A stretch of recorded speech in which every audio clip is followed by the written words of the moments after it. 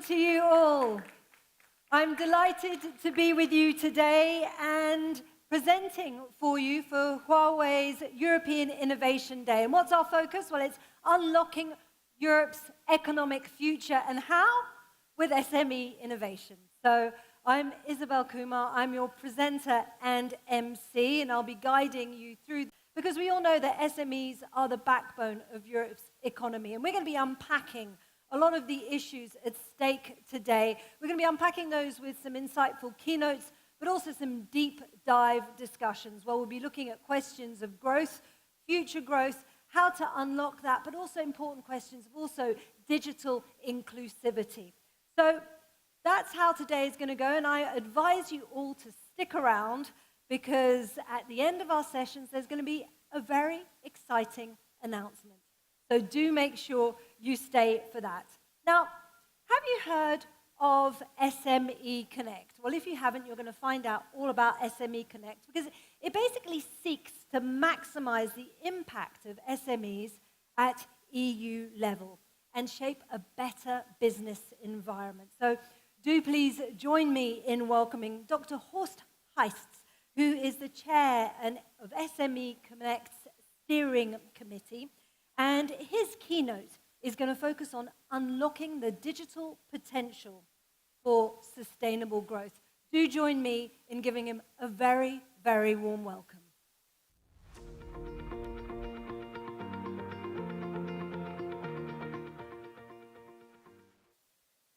Good afternoon. I'm happy to be here. Thank you so much for the invitation of Huawei to speak about SMEs, about SME Connect. My name is Dr. Horst Heitz. SME Connect is a network and communication platform for SME associations. We are representing over 1.5 million of SMEs. This is much, but also not so much, because you have to know Europe has over 25 million companies.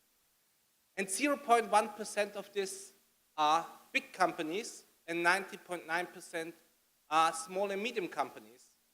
And 99.8% are companies with less than 10 employees, and 60% are one-person companies. So the absolute majorities are lonely fighters in Europe. But SMEs have power, SMEs have innovation. SMEs are employing over 58% of the people in Europe. They're paying over 50% of taxation. And what is much more important, over 80% of the trainings, of the skills are provided by SMEs, not by the large companies. But we are not speaking about SMEs and large companies. We're speaking here, in fact, what I like and why we are here, about ecosystems. SME wants to have a connection with politics, with administration. We want to have an exchange. And this is so important that we are here today and that we have this topic. We want to have the exchange with global companies like Huawei, because we are your clients, we are your partners, we are your suppliers, we are your competitors also. And I think dialogue is in the center of everything to move something forward. Also like the green transition, like the digital transition. And you can see, if you want to be successful, it's only possible with SMEs, not without them. And you should not talk about SMEs, you should talk with SMEs. And I appreciate it so much that I'm invited here for this, because you search for this dialogue. I want to say you, what's the digitalization? At the moment, the status is around, the statistics are different, who you're reading now. 58% of the SMEs has the basic skills for and implemented also technology needs in this digitalization, what they need for their business, 58%. Over 80% of the large businesses did it already in Europe. You can be surprised at 12% lagging behind, but this is like it is. And the target of the European Commission is now to, until 2035, to transform the SMEs, that they have all these basic skills and knowledge and technological implementation until 2035. This is a huge challenge. If you think about this, that SMEs are very diverse. You have to see It's very, very thin line. You have really SMEs who have 200 employees, 100 employees, but they are going already forward. They have certain problems. But you have then the hairdresser, the flower shop, the simple things. And I have to say, this is not easy, but you have to bring them on board. This is digital payment. This is e-commerce. This is in many, many variations. Data protection of the clients, cyber security, all questions you have to translate to normal people, different education, different background, also different regions. So if you have an approach to bring SMEs forward, you need it really that you have a diverse approach. But it's key for you, because the acceptance of every transition is only with the people, not against the people. And if SMEs are successful, then also the acceptance of new business models are here. You think back on the 19th century of the Industrial Revolution, which conflicts was coming up. And we have to explain the people. You have not to be afraid. This transition which is happening now, you have only to be afraid not to be on board. There will be winners and losers, but in the end we have also to provide that everybody has an advantage out of this new future. And if I'm speaking with SMEs, they say, yeah, we are willing for this digital transformation. 72% says we need digital transformation. 50% says we don't know how. So it's a lack of knowledge, it's an uncertainty, and I think we have a lot of programs now, but these SMEs don't know anything about this. There's excellent programs about the European Commission, about the member states, and then of the large companies. And I have to say, if it's now Huawei or it is Google or others, they are pretty more successful compared to the government programs, because you have the direct contact to SMEs. And it's not always about money, it's also about to approach the SMEs, how to connect them, and also to reach out to them. I can only say I see this in Central Eastern Europe, where it's a little bit more open-minded than in Germany or other countries to cooperate. But I think if you have these huge targets, really to bring everybody on board, we need public-private partnerships. We need an openness that also large companies, I know there is competition, thinking together, that governments, administration, thinking together, how we can do this together. Different approach, but a common strategy. And I think this is missing in Europe. And if we unlock this potential for SMEs, there is a growth of 50% for small SMEs, what is gigantic. Because if you're thinking local, you have to start global. And if you see that only 0.7% of SMEs going cross-border in Europe to make business, and in Europe only 0.54 international, you know what is the key problem? If you are not digital, you are not global anymore. And I think it's a huge chance. The people often I speak in the city center, so digitalization is destroying our jobs, destroying our businesses. No, it's not true. What was in the 80s? The big shops entered the city centers.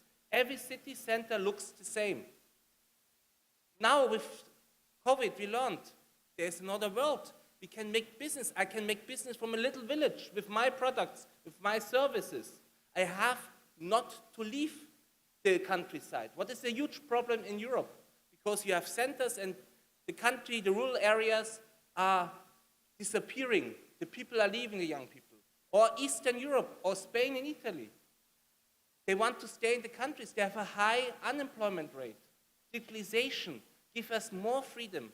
And also, you have to be surprised. Over 60% of the SME says digitalization gives us a better chance to compete with large companies. So, digitalization is somehow, like all transition, not easy. But in the same time, it is a huge chance. It is a crisis like the Greeks understand it, with chances. And the SMEs has to understand this.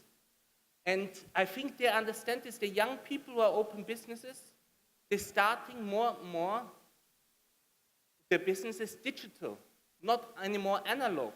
You know why? To have a business digital, less risk. You can go out from your Lithuania market directly to America or China and selling there. Not you have to go to Germany, what is also a large market. But you have to think like an SMEs, that you have not to think small anymore. Digitalization means you can think big, everybody. But there are problems, and this is also if you're going to certain countries, you see who's leading. SMEs in Scandinavia, highly digitalized. Denmark, Sweden, also the Netherlands, Belgium. Then you have Germany is like a tanker in the middle, Italy, Spain are the partners, France a little bit behind.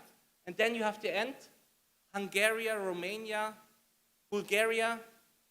But we should not say that Bulgaria or Romania are bad, because they have huge new IT centers, young people who are high qualified, who are working for American companies or German companies, meanwhile staying in the country. And we have now to see also how we get gender balance here, that the digitalization is really strongly related with men. What we do that also female entrepreneurs digitalize faster. We have also to say how older people becoming faster digitalized. I have to say, we see this in Italy. Italy has the highest age of entrepreneurs, over 60, by the SMEs. Of course, the adaptation is not so fast.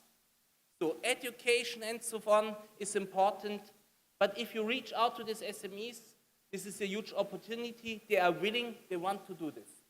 Thank you so much.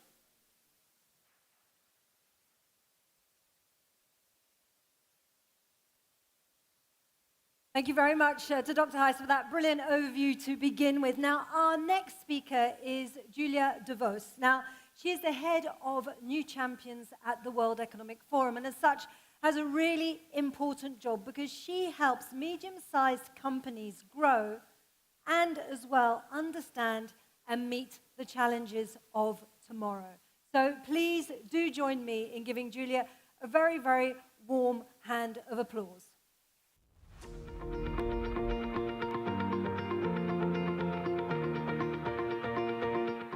Thank you, Isabel. Good afternoon. And today we're talking about SMEs, but I would like to talk about how we develop future-ready SMEs. But first, let's look at the context in which we are living. We have many, many challenges, complex and transnationals, being climate change, pandemics, social unrest, or technology disruption. And in this context, with all these challenges, we know and we understand now that businesses have a very big role to play. Because as we see in a recent study, they are seen as the most competent and ethical of all institutions. And although the big corporations are making the headlines in terms of the initiatives that we can see for social and environmental progress, we occasionally recognize the importance of SME and the weight they have in the economy and in the social environment. However, as Dr. Heiss said, for Europe, but most globally, the SMEs represent a very large part of the economy. 9 out of 10 companies in the world are SMEs. 7 out of 10 jobs are from SMEs. And in some part of the world, 70% of the GDP is actually done by SMEs. So this really to stress the importance of this group and really to understand that while they are very important, they also need to understand what they need to do in the future to stay at the forefront of all the challenges and to have a long-term growth. We know now that we need, and businesses need transformation to be ready for these challenges. Recent study shows that 40% of CEOs believe that their business will not be economically viable in the next 10 years if they don't transform, and therefore if they are not ready for the future. So, okay, we talk about future readiness. What does that mean exactly? We conducted at the World Economic Forum a study on future readiness for SMEs, looking at the organizational capabilities and aspect of future readiness and what does that mean exactly for these companies. We have discovered three main aspects that make a company really capable to thrive in the long run. First of all is the societal impact. How the companies are embedding SDGs, for instance, into their strategy to ensure their long-term growth. Sustainable growth, so innovative business, we talked about digitalization, definitely how to integrate this in your future plan. And the last one is the adaptive capacity. And SMEs have a large advantage here because they are smaller and so more agile and to resist to the shocks, right? But of course, it comes with challenges. And during our research, we interviewed more than 300 CEOs, and what they all told us is there are 6 main challenges that they are facing. Number one, as we will understand, survival and expansion. But number 2, talent. How do we acquire, retain, and upskill the people working with us? Number 3, culture and value. This is very important for an SME to really make sure that they maintain a strong culture in their company. Technology and innovation, how to understand the technology, and this is where these discussions are very important, ensuring that people understand the technology, not only as a trend, but something that can really transform their business and make it sustainable on the long run.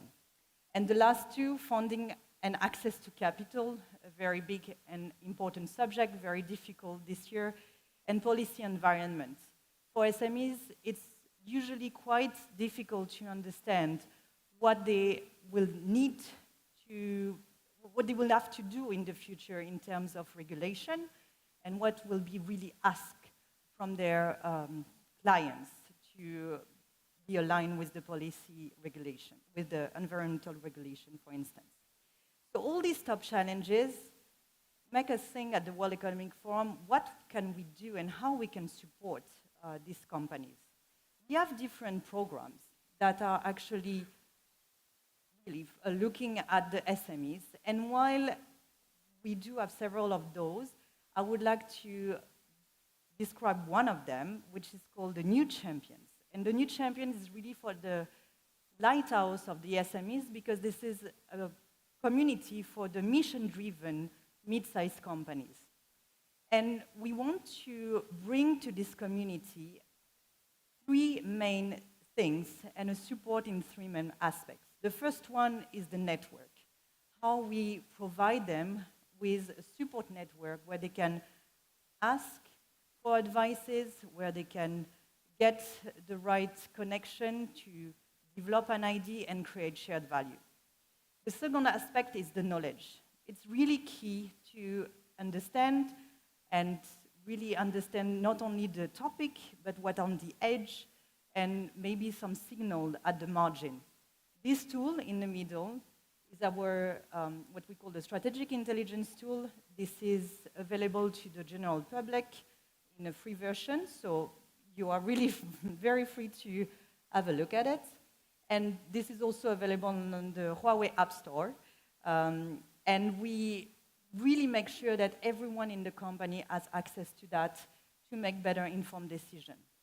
And the last piece is about providing a platform for thought leadership and visibility, because these companies have a lot of amazing stories to tell, and they can be very inspiring for others. So we want to give them this opportunity to share their story to the world.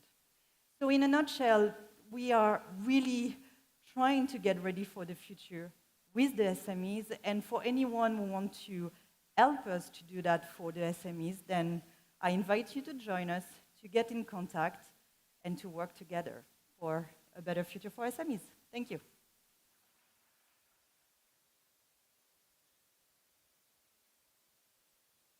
Thanks so much to Julia there. And as we heard, another call for working together. Now, we're going to switch focus for a moment. And it strikes me that when we turn on the news, we see what's happening in terms of weather, extreme weather, climate change. And if we get weather predictions right, that can actually mean the difference between life and death. And it's becoming really crucial. So I'm absolutely delighted to welcome our next speaker. Our next speaker is Dr. Florian Pappenberger. Now, he is the Deputy Director General of the European Centre for Medium Range Forecasts. And he's going to be telling us a little bit about how cutting-edge technology is helping get those predictions more accurate. Do join me in giving him a hand of applause.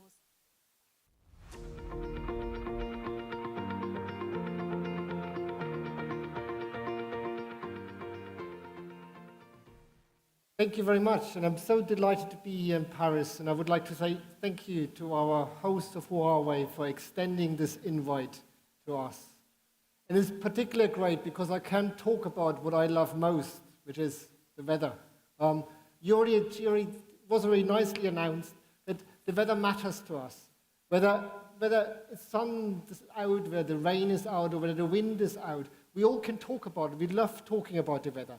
The weather is important because it feeds us. It's responsible for most of our agricultural growth. The weather is important because it sort of matters how warm you feel and how good you feel about yourself. It heats us, it refreshes us, and it produces all these renewable energies. And if you looked outside of these nice power banks which you saw there, they all can be fed by renewable energy, which comes from doing better weather forecasts. But I've also already mentioned, weather is more than that. Weather can also kill us. Weather is a disaster which can have humongous impacts on us and our well-being. And that can range from heat waves to hurricanes. We can't change the weather, as we all know. However, we can forecast it. And by forecasting it, we can improve our predictions and we can minimize the impact or maximize our opportunities from it.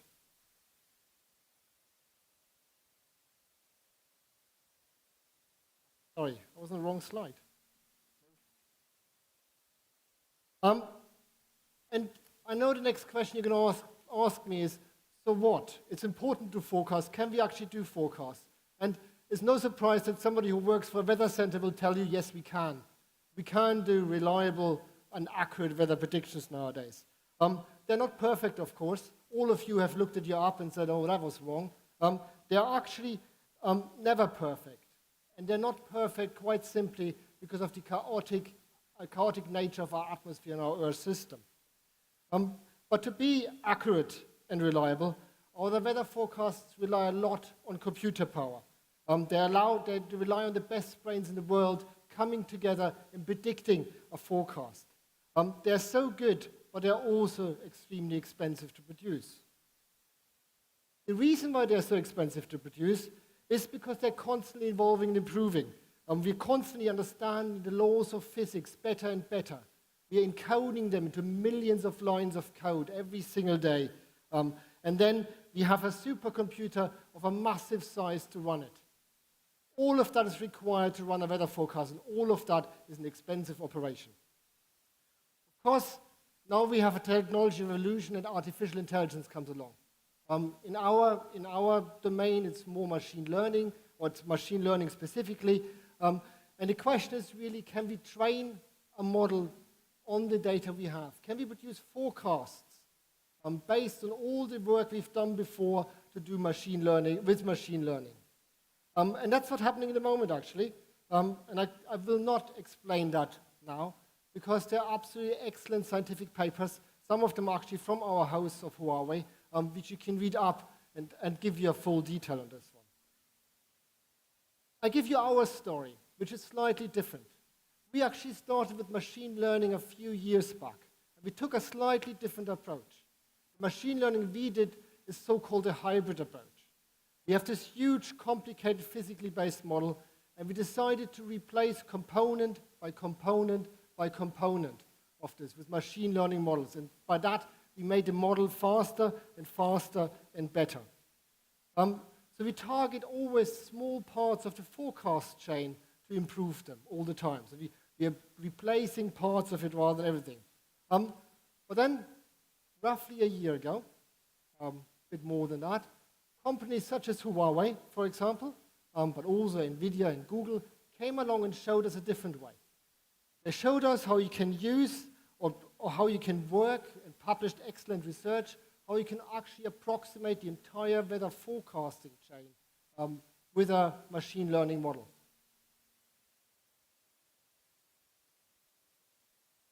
And I really would like to give credit to companies such as Huawei, who really published this research openly, and you can actually download the code from GitHub and try it out yourself.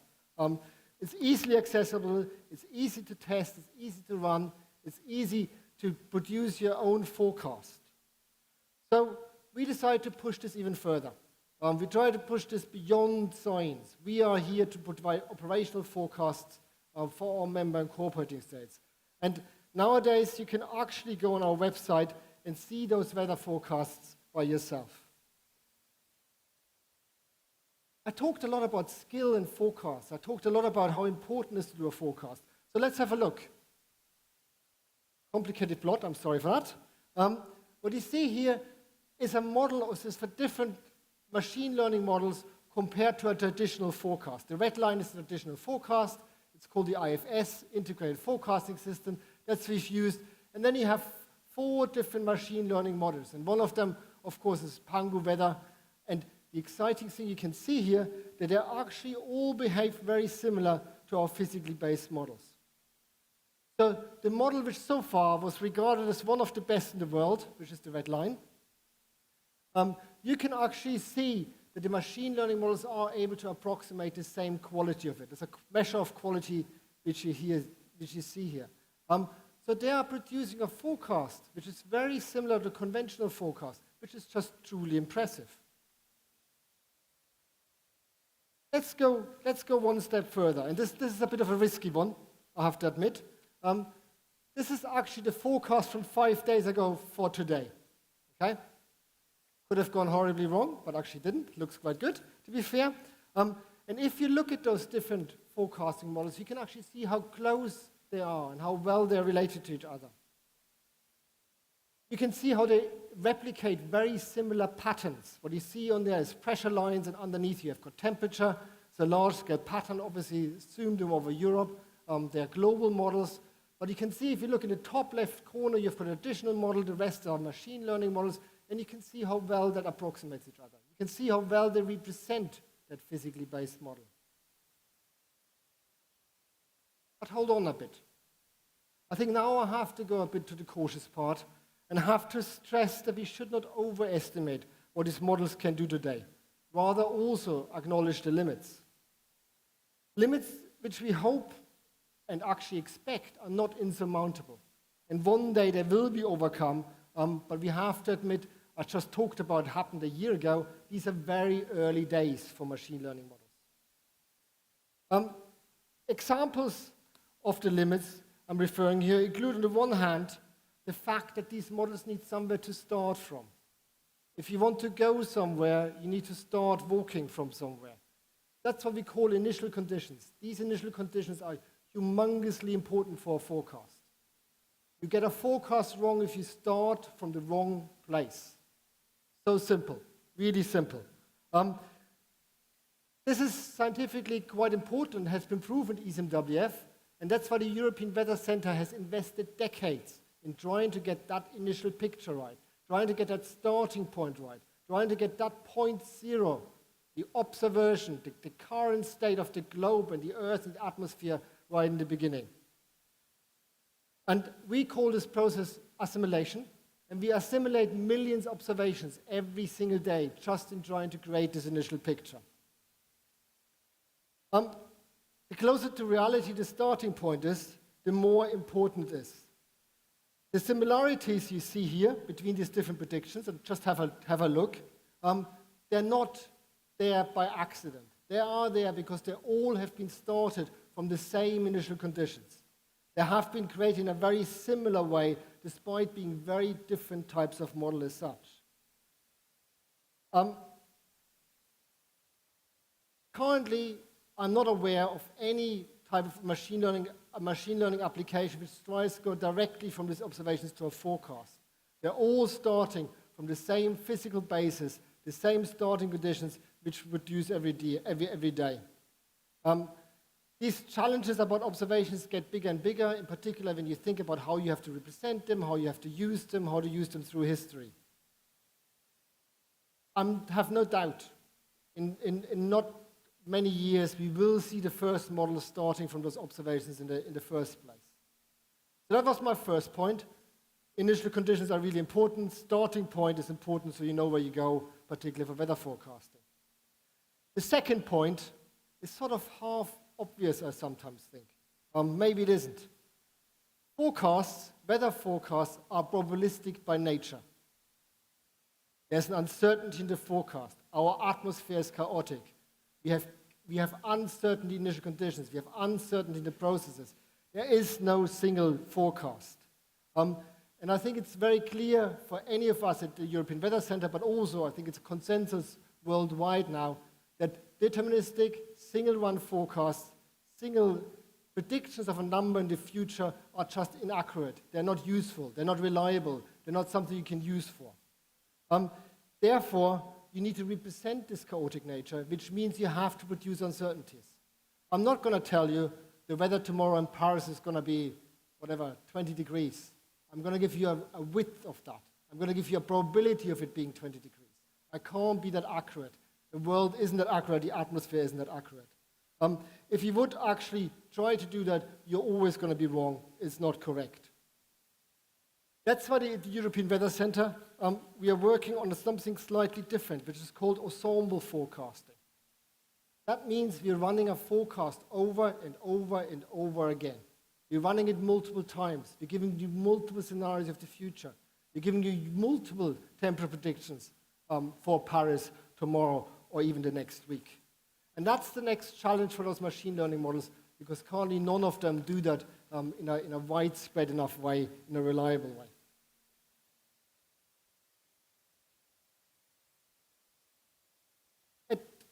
There's one other concern we do need to think about, is at a time when many are expressing, I think, justified concerns about the unregulated development of artificial intelligence. I think my message to you is very, very simple in that respect. Machine learning as such is such a huge potential for the world of weather forecasting that we can't ignore it. It's our duty to investigate it. Technology can help us to improve predictions. The other message, and I already sort of said it, is that it's still early days for machine learning. They will get better. They will become even more successful and even more reliable, and they will get better and better forecasts. The beauty of machine learning models is, once we tackle the limits that I've mentioned, they're really fast and cheap to run. They're easy to run. And here I sort of compared the costs and the efforts of different types of forecasts. You've got the high-resolution forecasts, or single trace forecast, which sits here as the mouse, and next to it you have the Pangu weather machine learning forecast, and the number expresses your sort of cost in super billing, in what we call system billing units. What does this mean? This means that every organization on this planet, which may not be able to afford a big supercomputer center, which may not be able to afford the science behind it, is able to run weather forecasts. It means that every nation or every country in this world, no matter where they are, and some of them are right in the path of natural disasters a lot, will be able to do this themselves. They will be able to run forecasts every day themselves. They will be able to run this multiple times. So, some of us have asked us, why do we publish weather forecast models of other organizations on our website? Why do we publish forecasts of what de facto are, you would argue, maybe competitors to what we do? The answer is really fairly simple. I can't have that ego. I can't sit there and say, ooh, I'm going to produce the second best weather forecast because I care about people. I care about the future. I care about climate and extreme weather. I care about that we predict the best weather possible, not exactly who's doing it or how we're doing it. And therefore, it's probably no surprise that whoever is there to improve weather forecast is welcome in our tent. We are ready to work with everybody, particularly in open science frameworks. We are ready to exchange ideas. We are ready to exchange code and software. So it is, in a way, our duty to push the boundaries of science and technology and to work in partnership with like-minded individuals, maybe SMEs, maybe Huawei, maybe anybody else, to cooperate and improve weather forecasts.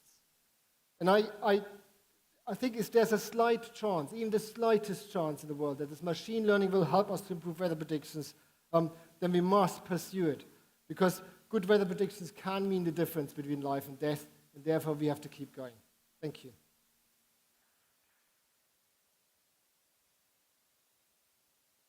Well, that was great, because we're going to continue with that exchange of ideas now.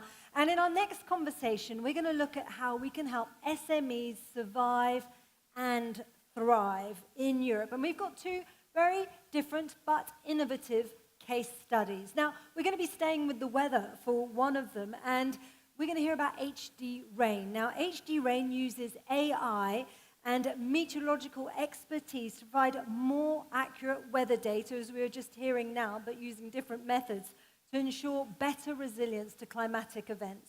And Graphite Note is basically on a mission to make machine learning accessible to companies of all sizes. So do join me in welcoming our speakers, and they are François Mercier-Tigrine, who is the co-founder and scientific director of HD Rain, and Huawei Smolik, who is the founder and CEO of Graphite Note. And you can come now. Hi, François. And hi, Huawei. Lovely to see you guys. So let's get really into it straight away. So, François, what I would like to know about HD Rain is just give us an overview, the why, the how, the where. Hi, so thank you for inviting me today. So yes, HD Rain is producing weather measurements and forecasts. So it's very different from the previous talk of ECMWF. While institutions like ECMWF do very impressive global models, we do the very local brick. And so we produce a very short-term forecast and measurement dedicated to specific markets like insurance or public sectors, both by installing sensors on the ground and by using machine learning to treat the data from these sensors and to adapt this data to these markets. Well, absolutely fascinating. And now we're going to hear a bit about Graphite Note, because Graphite Note is also on a very different stage of the journey when it comes to being an SME and a startup. So tell us what you're doing today. Yeah, thank you. Here's a shocker. We live in the age of AI, of course. But the hard truth today is, as we heard, if you're an SME today, the chances are you don't know where to start by leveraging AI for your business data. You're probably scared of the technology. 90% of SMEs, they want to use AI, but they just don't have in-house expertise, or they don't know where to start. So that's where we fit in. We've built a software product where anyone, business domain experts, they just connect to their data and they can run machine learning or AI models based on their data without writing a single line of code for different business use cases, predicting who is going to buy, what, where, revenues, everything that they can based on their data. So that's our mission. Okay, so as you can hear from those two, they're very appealing, two different ways of kind of dealing with technology, but extremely relevant to what we're facing in a very innovative marketplace. And what I would like to know now, Huawei, is why was a startup particularly appealing? Why did that give you a competitive edge? Maybe sometimes it's a personal thing. I love challenges and go above and beyond. But as a startup, you have something that you don't have working for a big corporate, I think, and that's agility and flexibility. Because by definition, If you're a startup, basically you need to experiment on a weekly basis. What's your ideal product market fit? That's a dreaded term in the startup world. Who is actually your buyer? Where are they? Which vertical? Especially if you have a little bit of horizontal solution as we have. But then again, as a startup, you have that flexibility, you're a small, agile team, and I just love working under these conditions. What about you, François? Do you love working under those conditions, or did you think, oh, this might be easier in a bigger, established company? No, I agree with you. And in the same idea, what is really important for startup is that they are able to transfer a technology from a research lab into an industrial product. It's our case. I did a part of my PhD on the innovation, the technology that became HDRain after this. And it's really under this startup form that we are able, if we are correctly supported by institutions, to industrialize the technology from the laboratories and to find the market fit for different verticals and to address these verticals, which is, I think, more difficult for very big companies. But there are challenges nonetheless. You know, you hear about the stress that young entrepreneurs are under. So you're both nodding there. So just tell us a little bit about that, because what is it actually like, François, to enter the market as a small company? Talk us through some of the obstacles you have faced.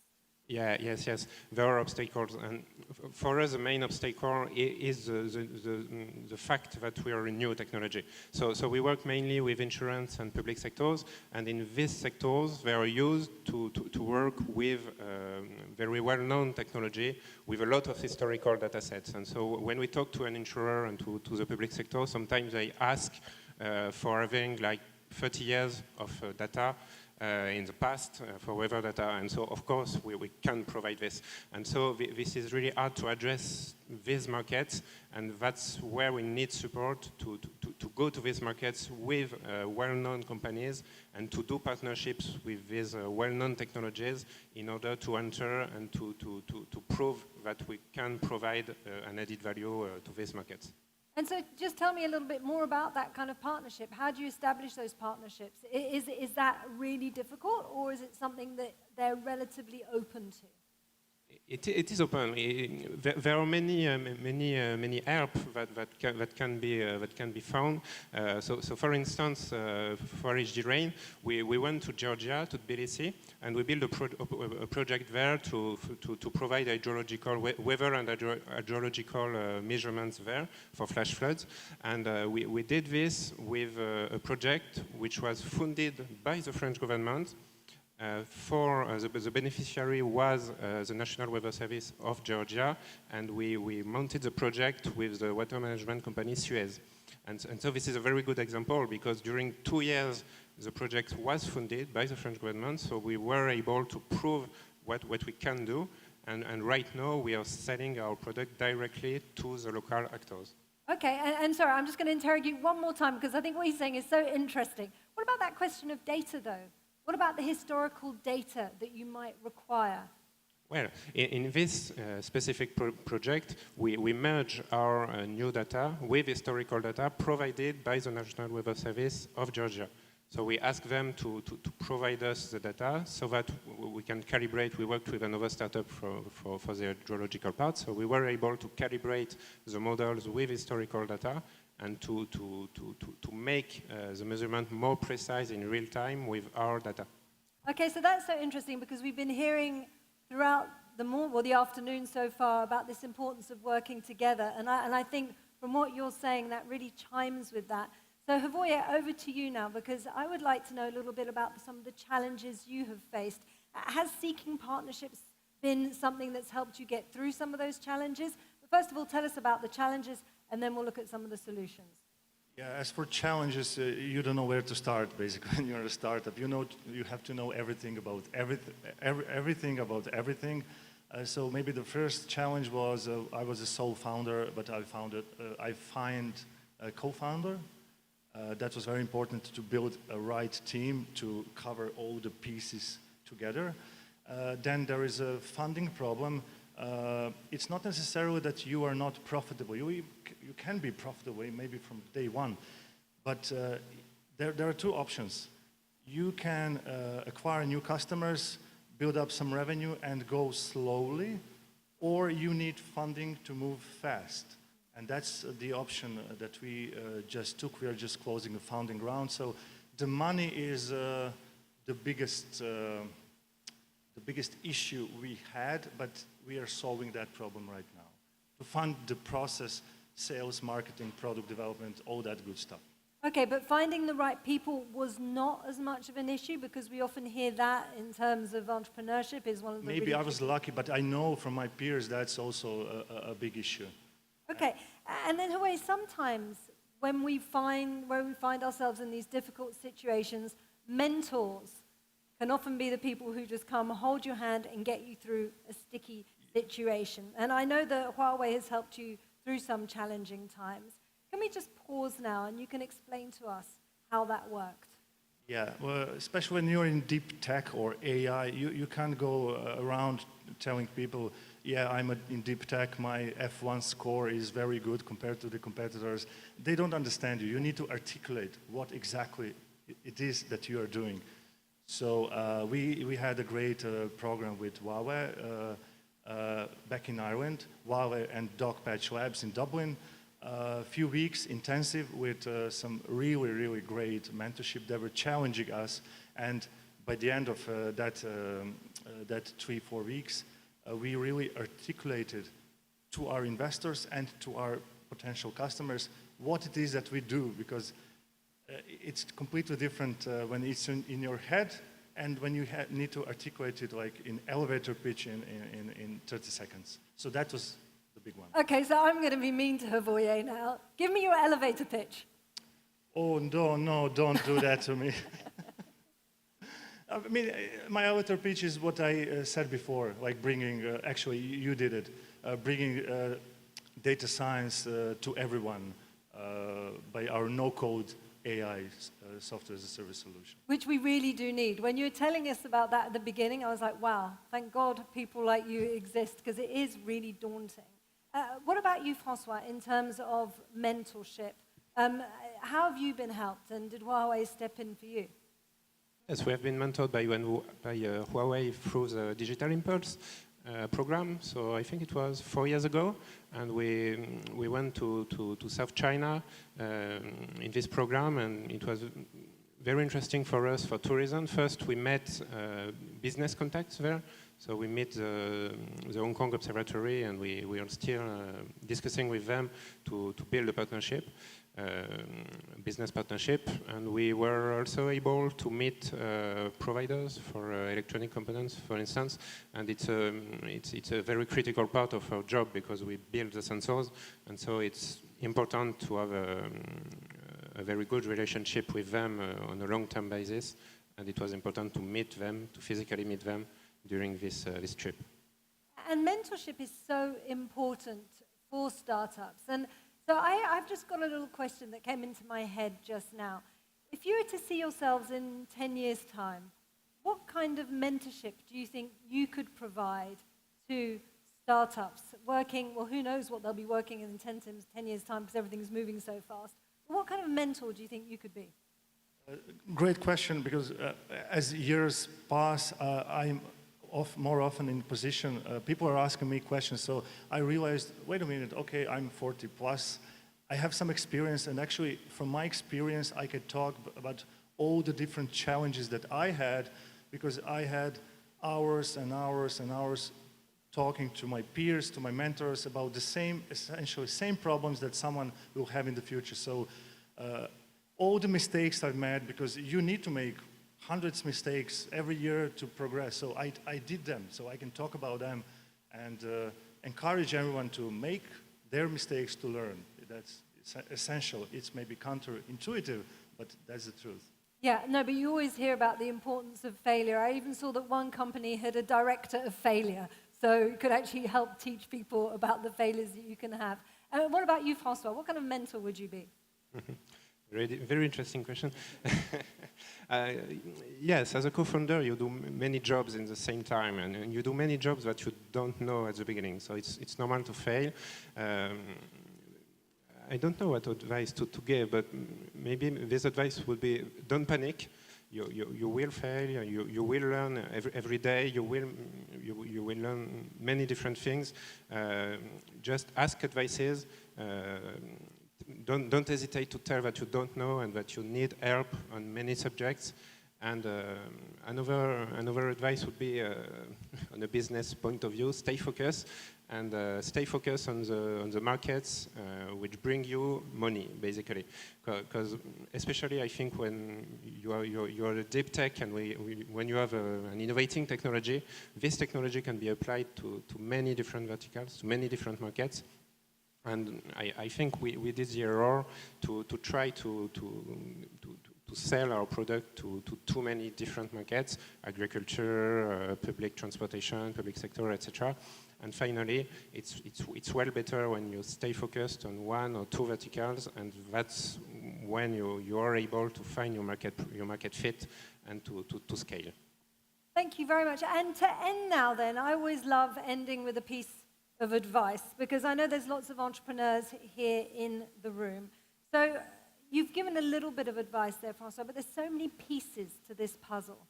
If you were to condense it, what would be the most important elements that you think entrepreneurs should keep front and center as they enter this world of innovation?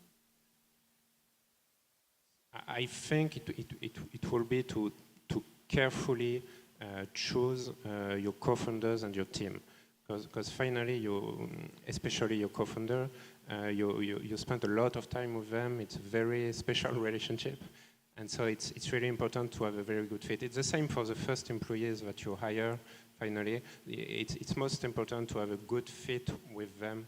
It's more important to have a good fit with them than to have a brilliant person, for instance. If it doesn't fit, it will not work on a long-term basis. Thank you very much. And Huawei, your final piece of advice. Thank you. Probably don't be perfectionist. That was one of the first mistakes. Just be a do person, go out there, hear feedback, iterate, improve. Don't wait for a perfect moment or a perfect product. There is no such a thing. So just start, because this saying, like, just one step after another, it actually works. I think if you improve yourself 1% every day, you're going to end up 38 times better after a year, something like that. So that's it. That's my piece of advice. And great piece of advice it is: don't be a perfectionist and make sure you have the right team, particularly your co-founder. Please join me in thanking, put your hands together for Huawei and François.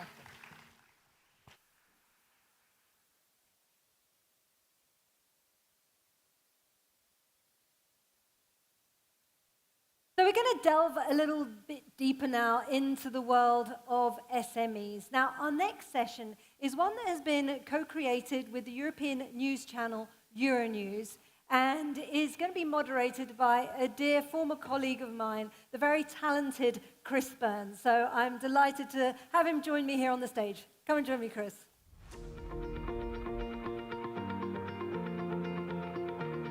Oh, they didn't. Yes, we have sound. Yes, Isabel, nice to see you. Have a great session. Yes, great to share the stage with you again. It's wonderful. And hello, everyone. Welcome to this talk on SMEs. How do we close that digital divide? How do we empower them? And we're doing that with experts on SMEs, people who are in very close contact with SMEs, as well as Huawei, which is also in contact with SMEs, and you. We want to connect with you here at Huawei Connect 2023 at the Paris Expo.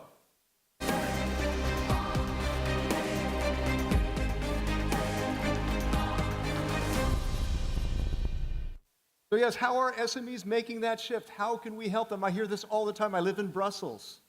And in the bubble there, the policy bubble, you hear all this. Yes, we have to make the digital transition, the green transition. It's a mantra. How do we make it happen? This is almost going to be like a workshop. A couple of tech tips. We are live streaming. And so hello to everyone who is out there. If there are questions from the audience, you can send in on Slido. You see the big bug up there. You connect there. And send them in, please send them in. And the hashtag, keep that in mind, hashtag SME Innovation. Tweet like a beast. If you hear something great that we talked about, send that out, cast it wider on the social networks. Let me call up the panelists, the speakers, starting with Jesus Contreras, the Chief Operating Officer of EIT Digital. Welcome. Buenos días, Jesus. Buenos días. Amandine Lavaux-Zimola, who is President, Amandine, you are President of Digital SME France and founder and CEO of Steel PC. Welcome. Also, Horst Heitz, who you heard of already. Welcome back, Horst. SME Connect Steering Committee. Guten Tag, es freut mich. And also Afke Schalt, who is Senior Vice President of Government Affairs at Huawei. Welcome. Goeiedag, Afke, although you live in China now, right? Afke, you can sit over here. And please do have a seat, please. Let's start with the issue. Let's try to dig into that issue about this gap. There's an EU report on the state of the digital decade that came out in September that says that 69% of EU SMEs have a basic level of digital intensity. Now, I know, Horst, you gave that lower figure, but that did exist a couple of years ago. So it's gone up. And thanks in part to the COVID crisis, which sped up that digital transition. That's great. But we're still not there yet. We're still about a third of SMEs in Europe that don't have that digital capability. So that's very important to look at. That's what we're looking at right now. Why do SMEs matter? Of course, there are millions of them. It's more than 95%. It's the backbone of the European economy. It's 23 million SMEs in the EU, starting with one person and on up. So it's all kinds of SMEs. And I'm sure there's some SMEs out there too. So I'd love to hear from you. If you can send in your questions on this. How do we close that divide? Let's start with Jesus. Let's talk first about the issue, the problem. What are they struggling with? With EIT Digital, I know that you connect startups and SMEs with expertise, with finance, get them access to finance. What are the biggest problems? What kind of pain do you feel from them? Thank you, Chris. You're absolutely right about that. And SMEs have a whole bunch of problems. So it's not just one problem. It's finance, regulation, a lot of problems. But I think the main one is that the CEO of these MSMEs, they feel they need to digitalize and need to transform the company. They feel it deep in their bones. But they are not convinced of that. They need to understand what is the time, the money, the profit they will get. And if that's clear for them, they will find the money, they will find the regulation, they will find a partner. So the important thing is to make it clear to SMEs that are skeptical about that the bottom line is going to improve if they do. Right? Exactly. They need to know certainly, or the much as possible, that it will bring them profit. They will bring them profit in the short term. Yeah. So they need to have the business case. Okay, so then it's almost like trying to change a mindset. There's a mind block there. But Amandine, what do you see as a problem? Can you add to that? I think it's the skills.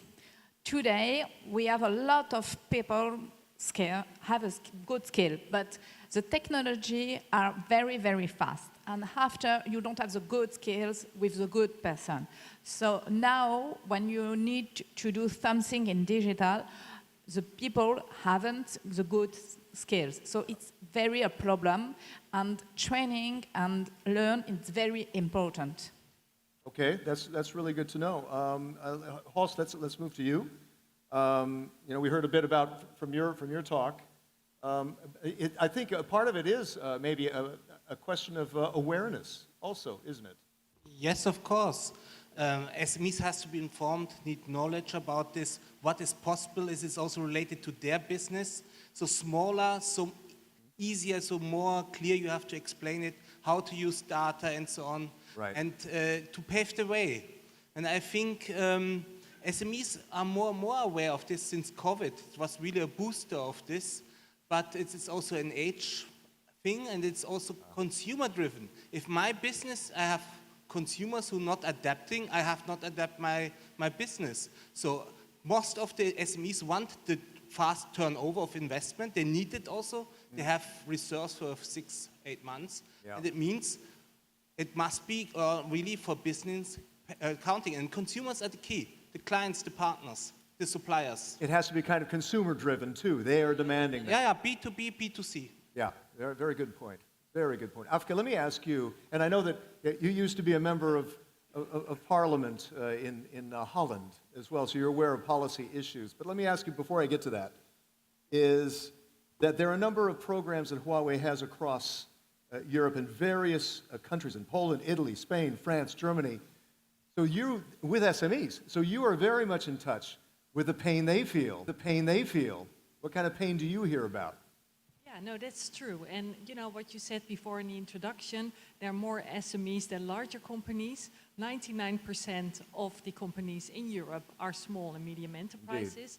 So you know that's something. So we really need to help accelerate and simplify the business for smaller and medium enterprises, you know, to make them grow their business and perhaps go global. Right. So, well, we offer a lot of things. Like you said, we have programs all over Europe. And we offer not only mentoring, technological support, but also a one-stop solution to really have it all and partner with them. Yeah, so you are responding to a digital gap. Yes. How bad is that gap that you see?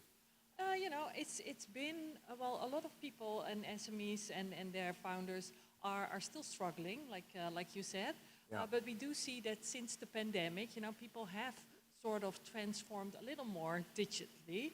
And so there has been a catch-up, but still not there. So we really have to work on the basics. And for that, you know, it's so important to have this one-stop solution. And I think in your last, in your talk just a few minutes ago, Holst, I heard you talking about how if you're not digital, you can't compete internationally, right? You need to be digital to do that. It's the digital and the dead when it comes to world trade, right? Yeah, of course, e-commerce is the booster. I see the example of Italy. It's the main driving. I fear 400 billion is e-commerce, and this is for SMEs the key point. It's the easiest thing to enter new markets because you have only to open of course, you use big platforms, but later you can promote your own website, and then you can perhaps find partners to do this in the countries abroad. And I think this is the easy way. It's in general the easiest way to open a business, digital meanwhile, because you have lower taxes and costs and whatever. I'm looking at a list of other issues that SMEs deal with, and one is on cybersecurity. Who wants to talk about that? Cybersecurity issues. But if they don't get smarter about digital, that includes dealing with cybersecurity, right? I can. I had a cybersecurity attack already last week. Tell us about it. What happened? I think I was speaking with the Bavarian police because my email was catched up, and then they changed the membership invoice and wanted to bring it to another bank account. And you have to say, if nothing happened, the police is doing nothing. It's really a safe business for these criminals. Yeah. And I have to say, this is, of course, for small business to becoming really afraid. And this is why they're also saying, I want not to do something with it. Cybersecurity. It sounds big, complicated, dangerous, and I can make mistakes. And then I get a letter back from the police. If data are also included, were grabbed by the criminals, you are responsible. You can get a fine that you were a victim of such a crime. Right. Amandine, how much do you see in that? For cybersecurity, in informatics, we said 80% of the problem is between keyboard and chair, because the person is vulnerable, because they don't, the person that don't have the good skills, don't have the good key for do good things. Right. If you explain at the person, at all people, what do you do and what you don't do, you help cybersecurity. You can have hardware, software, all. If you don't learn to people something, you don't have cybersecurity. Okay. Jesus, let me ask you about this, because I know that, as I mentioned, that EIT does connect finance types with startups. How much is that access to finance a problem for SMEs? It is, especially for growing. So first of all, you need to find the SMEs that wants to grow, because not all of them wants to grow. Yeah. They want to stay in the comfort zone and so on. But once they decide and once they perceive that they either grow or die, they need to find access to finance. And in Europe, we have this heterogeneous market, so it's not so easy to grow up. When you set up a company in Portugal, going to Finland, and very next day, it's mission impossible. So that's why these companies struggle to find capital to growth. And what we do, we syndicate this capital. So we find more than one that is willing to share the risk with others, and that's the way we help them to grow. Okay. And then another aspect is costs. Raw materials, energy. How much is that a problem? Because these are all issues. I think all of these issues are in part what we could help to solve digitally, right? In terms of becoming more efficient, in terms of having more access to finance. So what about costs? Does anybody want to talk about that? Yep. You know, indeed, it's like a group of issues that you have to address, right, as a starting entrepreneur.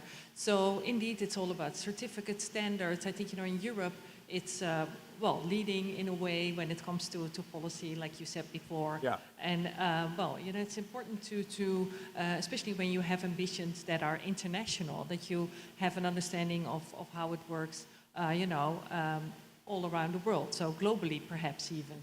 So for that, you know, it's important to partner and to provide a network with other entrepreneurs and organizations, you know, and like yours, to have a bit of an expertise and learn from each other on how to do this. You know, all these problems that we are here, you know, people perhaps might be like a little bit reluctant to start a business, but I feel, you know, that with technology we can really offer solutions that will have to simplify, you know, doing business so that people can do what they do best, and that is, you know, being entrepreneurial. Okay. Anyone else on energy costs, on the raw? I could. Okay. It's indirectly cost of time. If I have small IM, I have to break down the processes. I cannot deliver my client. That means there must be understanding of the other side that I'm not in business in this moment. If I have one person per company or 10, that means I have to make a restructuring of my processes. Right. This is not so easy. But in the supply chains, this is also so that SMEs have to really force each other. And there we need large companies who are helping us also, that we can do these processes fast. Only to pay the cost, only to pay to implement the digitalization is too less. It is also how to survive the time it needs to implement it. Okay, good. Amandine, go ahead, please. You want to say something? And for SMEs, they think it's not a cost, it's an investment. Okay. It's not the same thing. Is that too? Because if you think it's a cost, you say it's very expensive. If you think it's an investment, it's of your future and your development. But you need to demonstrate to some of those SMEs that it is worth that investment, right? How much do you struggle with that in trying to persuade them? This sort of mindset change, like, like Jesus was talking about. No, go ahead. Okay, no problem. How do you try to change mindsets with your SME organization? For the change the mind for investment, I think you SMEs, digital SMEs, find to opportunity and explain to the customers what is they need, what is they do. For example, for e-commerce, for digital reference, for all things. If you just see your city, your zone, you died. You have to look beyond. You need to be, today we are in a world and we need to see the world and work with the world. And that's right, and digital is the answer for that, right? Let's then go to the solutions now, and the support that there is out there, the platforms, the resources. Let's start with you, Efka, about the platforms and the resources. Yeah, so Because there's a lot of them outside of this room with all kinds of booths and things showing how people can solve their digital issues, right? yeah, when you partner with a big organization like ours, we're active in 170 countries all over the world, so we have a very wide network of our clients and our partners that we work with. Right. But it's very important to have an understanding of that and to have programs in place. And we are active in Europe since 23 years now, almost close to 25. But we have programs in place already, for example, in France, Digital Impulse, that Yes. we started in 2014. Right. It's a startup competition, basically. Yeah. And we invest in those programs all over Europe since long. We have a good example is something that we did in Greece. That was actually a competition organized by the Greece government, where we are partnering with a company for, they check the forest for fire. So it's like a protection of the forests company startup. And now, we have been partnering with technology. It's with the use of 5G, AI, cloud, everything there. And now, they are not only a startup, but a scale-up. And, we help them growing their business, and now they moved their business to Cyprus, for example, and Right. thinking of other countries as well. So there is impact. There are Yeah. results. You're getting results from that. Exactly. Yes, we do. Very good. Who else can talk about the solutions that they're offering and there's getting impact? You're making impact. When you get approached by SME and they want to invest and want to spend some money, it's a big challenge for them. It's a big decision. So there are two big ways or two main ways of helping them. First of all, you don't need to do it alone. We can find you a partner that will either provide you technology, either provide you a first market, or maybe a corporate that will show you how to expand. So you don't need to do it alone. We have an ecosystem, and we can do it together. And on the other side, we share the cost with you. So if we see it interesting, we can invest in that venture you are taking off. Okay. So you don't need to pay it alone. Right. So there are two ways of lowering the barrier to get there. Okay. I'm going to keep doing a couple more questions on this side, but please do send in your questions. I'm starting to get some in here. So please send them in through the Slido, and we'll go away with them. We'll go at them. Let me ask you, what solutions you offer in your organization, your SME organization? I think we have two, long-term and short-term, Yeah. how to reach the goals, what they said yesterday. And long-term, it starts with education at schools. This is where we have to bring it in. Also, practical digital skills are ready for entrepreneurship, because people are coming with 16, 18, and have no clue how to use a Microsoft Office program. It starts there, digitalization. And then short-term is, of course, we have a fragmented market of training programs. Even the governments don't know what they are doing. They are not working together. We have thousands. The people are overwhelmed. iPhone and SME Connect wants that we have one page where all the programs are there from the private and also from the public sector, good. where there's artificial intelligence who gives the first advice, which program is for me, which could I use? And this would be our approach. We learned that the government makes programs, has not enough staff to implement it. They want to have a target for 200,000 SME to reach, but have only the resources to do 8,000 SMEs. Then we will be finished in 100 years. So you need more machine learning in that. Amandine, how can you add to that? I saw you nodding. So If you have the people training for the first level, you can just do the second level. It's more evident and less cost. So I think all people, all countries do that. From training the new generation with IT, with digital skills. And now, what you do, excuse me, my English is not very good. en français, tu peux le dire. N'importe quel job que vous faites. Any kind of job you want, yeah. Thank you. Yeah, You need digital IT. You need digital skills, and now if you want to do something, you need that. It's a first level. Okay, very good. I'd like to go to a couple of questions right here. I'm going to get started, and please do send in some more. One is, and consider this almost like a workshop. if you want, you have these experts here. You have these resources. Tap their brains. And here's one. I'm an SME of about 10 people. What's the best way to connect my staff on the cloud? Talk about that. Amandine, I guess. Oh, no, sorry. Afka, please. Afka. Yeah, well, it depends a little bit what sector you're in, I guess. Yeah, Mike, a little you closer. know, if you walk around here, you see so many solutions when it comes to retail, you know, finance, healthcare, you know. So, but you know, there it also depends a little bit on where you're based. Connectivity is very important, of course.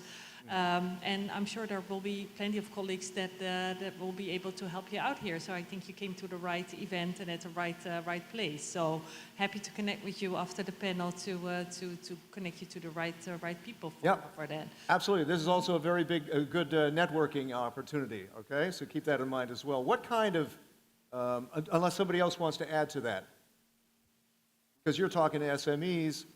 You know, and somebody asks you, what's the best way to get started on the cloud? Who wants to add to that? This is not the first time we get asked that, because many SMEs, when they come to us, and we can offer them money, but many times they want this kind of services. So Huawei provides one, the other telcos or companies do provide. So this in-kind support is quite well received by them. But they want your advice, Yeah. right? They don't want to talk to a salesman, they want to talk to somebody who can help them with advice, right? And what do you tell them? What do you tell them if they're a... Just, we tell them to go for smart support. So that means that it's not just the cloud. Yeah. But if you have also AI solution on top of cloud and you have a cybersecurity solution, so you need to choose which one you need. Okay. Yeah, it's not a one-size-fits-all solution here. Yeah. Really. It has to be tailor-made. So, you know, it's... It really depends on sector, you know, location, needs indeed, you know, different other technologies that you may want to add to the cloud service. So, you know, data centers that we have all over the world. So, you know, well, we can have a, one-stop solution. That's what we have on offer. Okay. And happy to connect with that.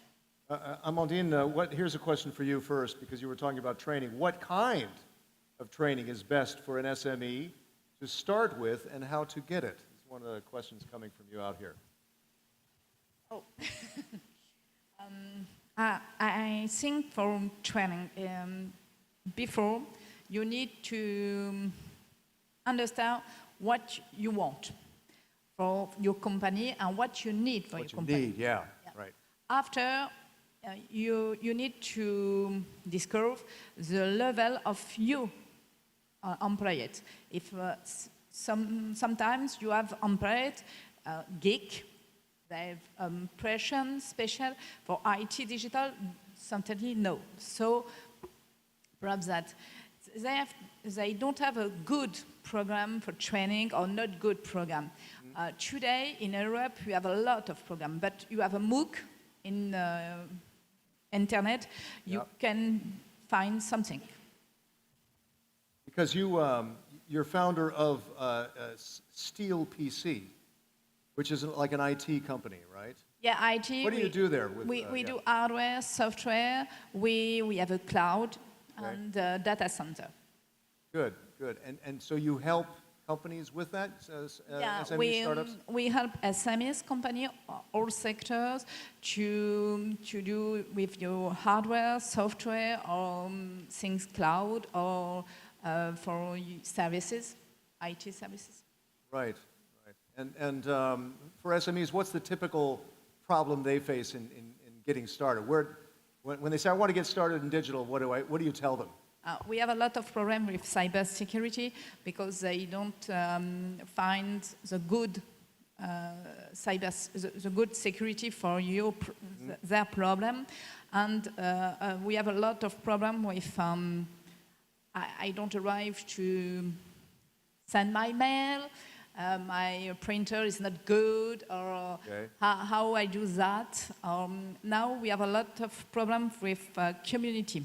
Because SMEs thinks IT provider, IT service, do service community manager. So I'm No. No. That's not my job. No, me, I repair hardware, software, cloud, but I'm not community manager. I don't communication. It's not the same job. And But you refer them to somebody to deal with. But aren't you, you're also in a women's organization, right? Can you tell me about that as well, and what challenges they face? with Digital SME France? Yes. Yes. Digital SME France is an organization. We represent SMEs in France, Yes. digital SMEs in France and Right. in Europe for program with, we talk about cybersecurity program, we talk about cyber resilience, or yesterday we do a digital summit in Brussels for speak about a problem with SMEs and solution for SMEs, for example, intelligence artificial or something. Mm-hmm. Okay. All right. We were talking a bit about AI. Here's another question. AI presents a great opportunity for SMEs to improve efficiency in their business operations. Okay. But how do we know who to trust in such a fast-moving environment? Or that trust factor. How do you deal with that trust factor? Afka, you're nodding. Can you talk about that? Yeah, you know, that's something that we try to work on every day, of course, because, you know, trust is the most important thing that we can offer to our customers.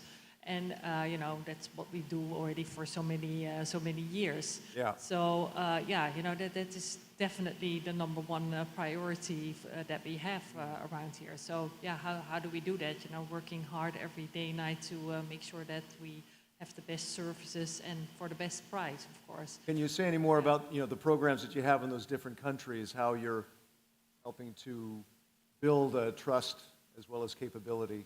Yeah, you know, I think what you just mentioned, we have also specific programs for women, Yes. app developer programs. Oh, tell us about that. Yeah, so that's kind of cool, because, you know, a lot of apps are very much made and designed by men for men, right? So we have now started that in Asia, and now we are rolling out that all over the world. And it's a program, a competition specifically for women, creating apps, you know, that are more inclusive and more diverse.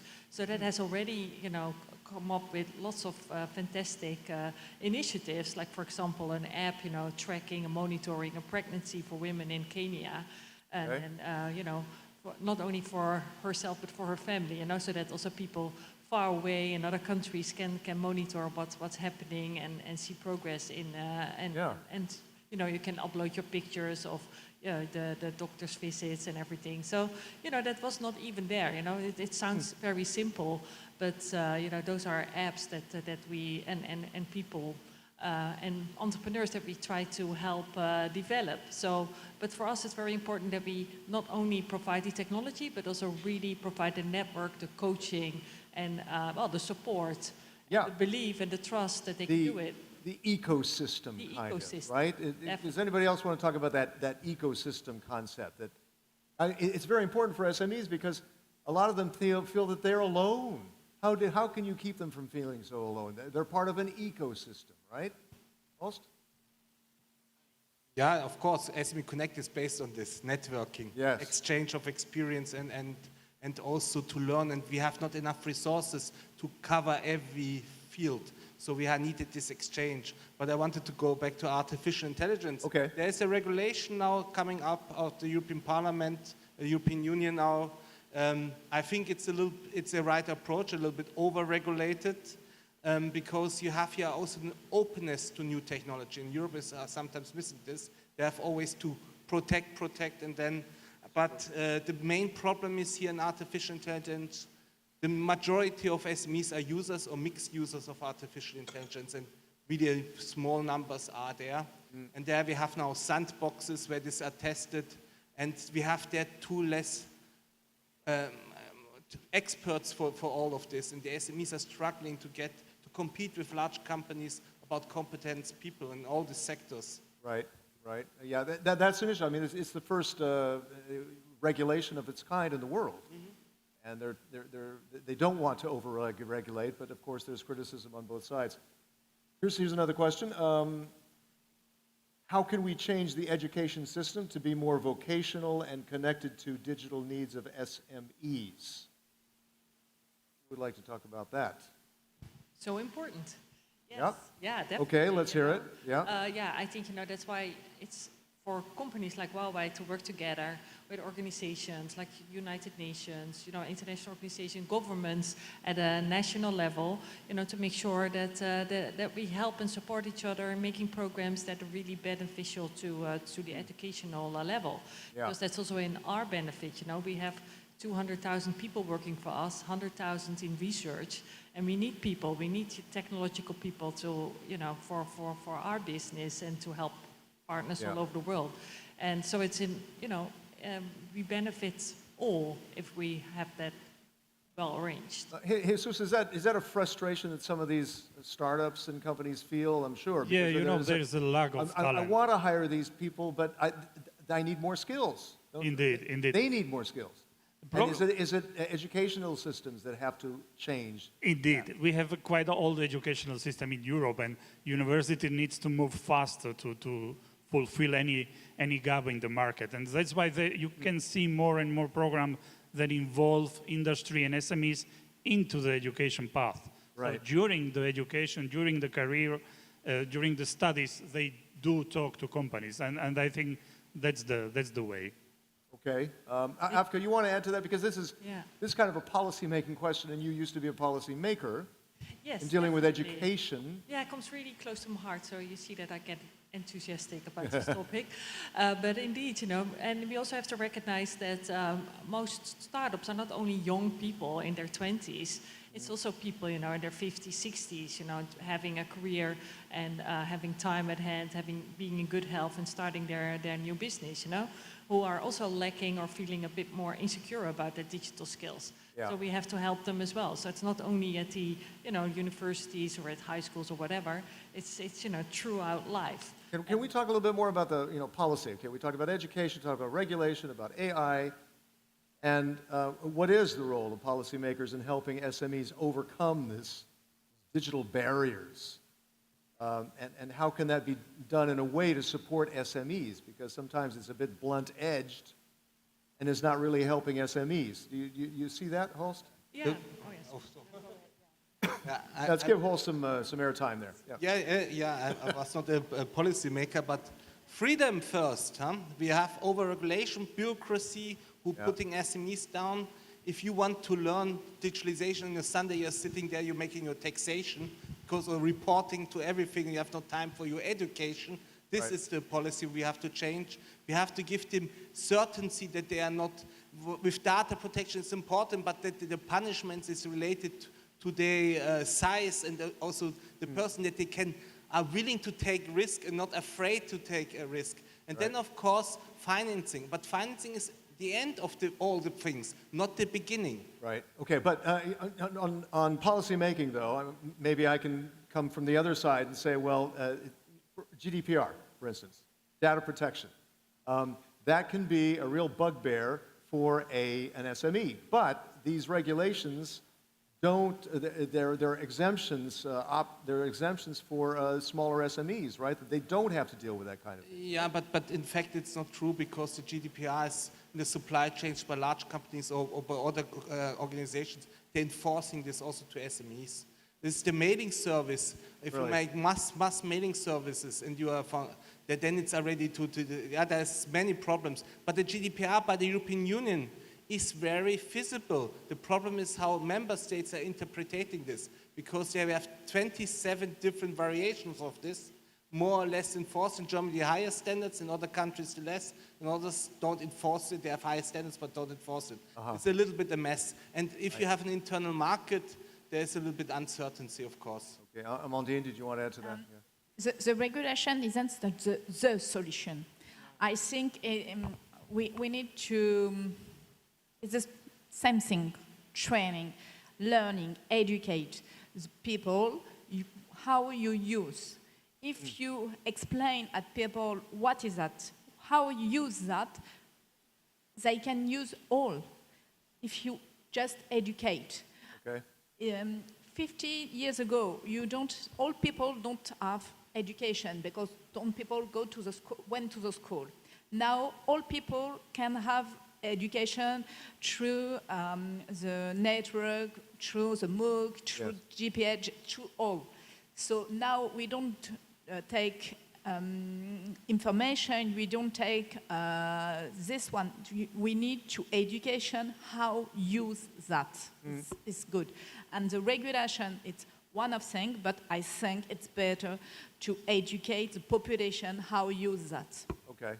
Is regulation an issue for you, for your SMEs that you deal with, Jesus? Yes, we understand the regulation many times as a geopolitical move. So What's one problem with regulation that it's they have? expensive to implement for SME. It's the paperwork, right? Yeah, it's a paperwork for SME, and SME by definition are small and cannot devote. But wouldn't a digital aspect make it easier? Maybe it's a question of making it digital that would facilitate it and make it cheaper to deal with, or not? And the host is saying, no. I want only to say, how are we expecting SMEs are digitalized if our government's administrations are not digitalized? Estonia is very good, but you have all this paperwork. This is really like 1980 or something, and then we say SMEs have to be digitalized, but all the processes with the government administration is analog. Yeah, I know there's a push to make that happen. And on regulation, there's a manifesto by Digital Europe that I discovered, regulatory sandboxing to check the impact of new regulations on SMEs. What do you think about that? Anybody want to express an opinion? It's not working. This is the SME test. Yeah, the SME test. What do you think? This is after you coming from the Commission comes a proposal. They're making this. What is the impact of SMEs? Lack of data. There is no list what is mandatory to check. I have to say this SME test was several times tried to enforce to make it more substance. In fact, it is a placebo for me, for our SMEs organizations. Right. We have really to enforce an SME test, what it means, the cost. This is, but I don't think it will happen in the next 10 years. Okay. Pessimistic. Can we talk about emerging technologies like AI, like 5G, on SMEs and how they can be used to drive growth and innovation? Emerging technologies, how much is that important to an SME? Somebody talk about that?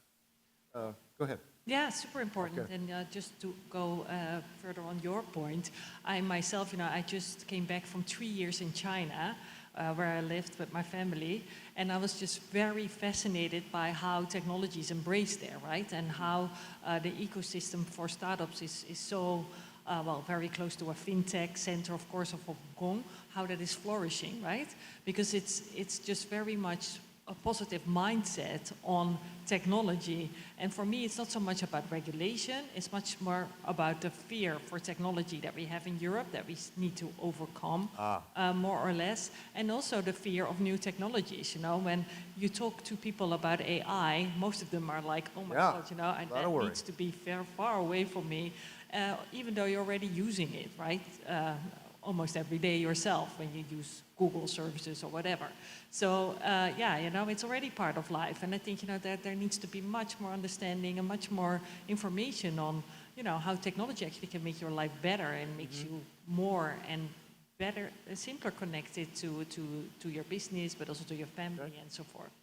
Right. I got barely 5 minutes left. I'd like to get kind of a lightning round from you. How about what Sam and SME, what's the first step I should take to go digital? What's the first step? How do I shift to digital? How do you persuade that 1/3 of the SMEs across Europe to go digital? What's the one step that they should take? The first step. Is it investment? Is it training? Is it hardware? Is it what?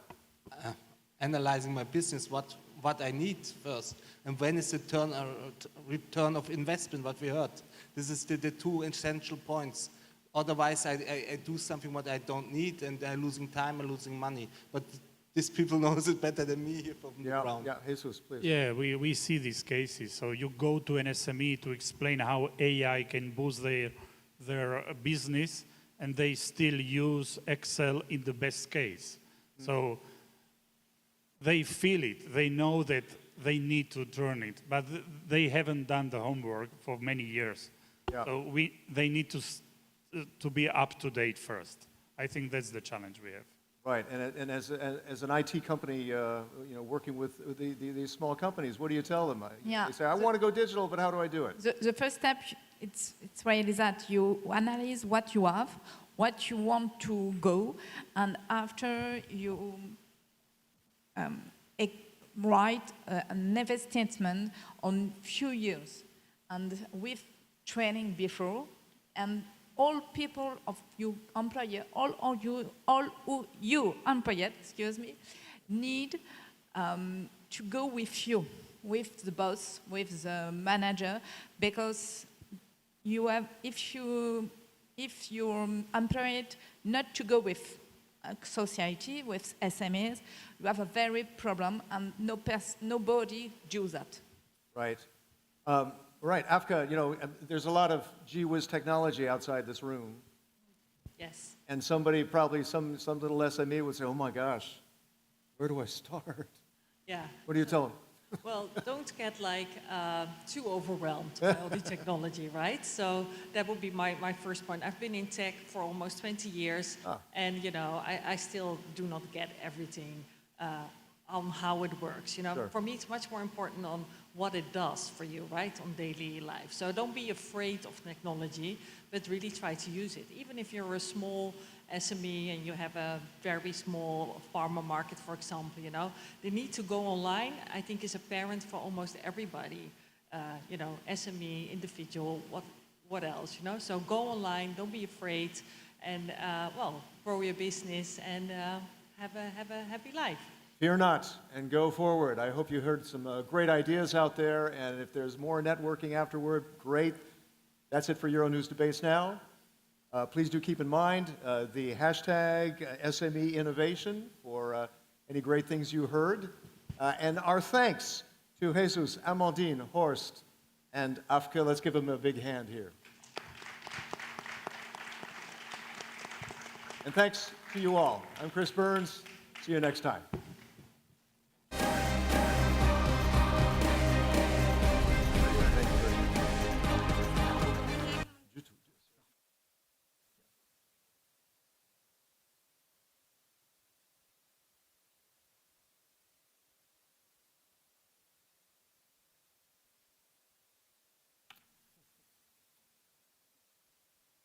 Back to you.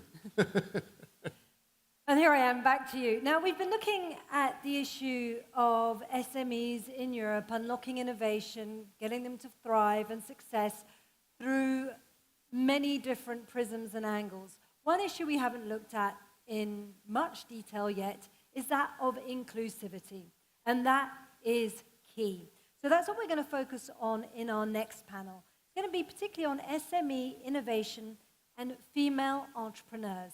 And moderating this panel is a very successful woman who I admire greatly, and that is Berta Herrero. And she is the head of diversity, equity, and inclusion for Europe at Huawei. But not only that, she's also the founder and director of Schools for Female Leadership in the Digital Age. And as I said, she'll be moderating this panel. Do join me in giving her a very, very warm welcome.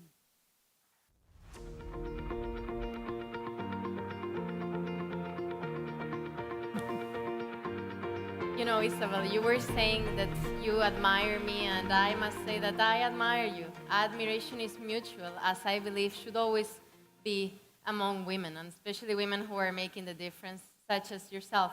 So thank you so much, and the pressure is all mine to have you here today, actually moderating this whole event that Huawei is doing. And I'm also very happy and very proud that we have a session designated specially for women, and most importantly for female entrepreneurs. Because how important it is to have women leading the way, creating the future. And in this spirit, I am very happy to introduce you all my fellow panelists who are gonna inspire us all today. Cara, hi. Lovely to see you, my dear. We have another great woman just sitting out there. Ask a question later, I'll give you the floor. Okay, so I'm very happy to start introducing you my fellow women leaders. We're gonna sit here today. First, we are gonna have Cristina Angelillo. And Cristina is the president of Innovap in Italy, and she's also the CEO and co-founder of Marshmallow Games. So very big applause for Cristina. Coming up next, we have Angela Staffi. On top of being my very good friend and very admired woman leader, she's an expert advisor at the European Innovation Council of the European Commission and also the chair of the Digital Boost Board. Angela, please join us in the stage. At your convenience, of course. Then we have, I think we could say she's our hostess today because she's from here, from France, from this beautiful city. Her name is Fatia Sekoudi, and she's the CEO of SciSafe Consulting and also a board member at Women for Cyber France. Fatia, the stage is yours. And last but not least, I am very, very, very extremely happy to introduce you to one of our top talents, top alumni from the European Leadership Academy that I am very proud to be leading. On top of Cara, who we have sitting in the audience, we have also Julian Vella. Julian was the representative of Malta, the 2021st edition, and she's changing and revolutionizing the world of housing in Malta. Julian, hello. I have you here already, so why not start with you, right?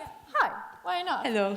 I'm gonna sit down, no worries. But I don't know if you have noticed that this area, right, where you're all sitting is quite dark, which is a good thing because it gives it more drama, right? But it's also a little bit of a bad thing because I cannot see who is falling asleep, right? Or who is on their phone and stuff, you know, not good.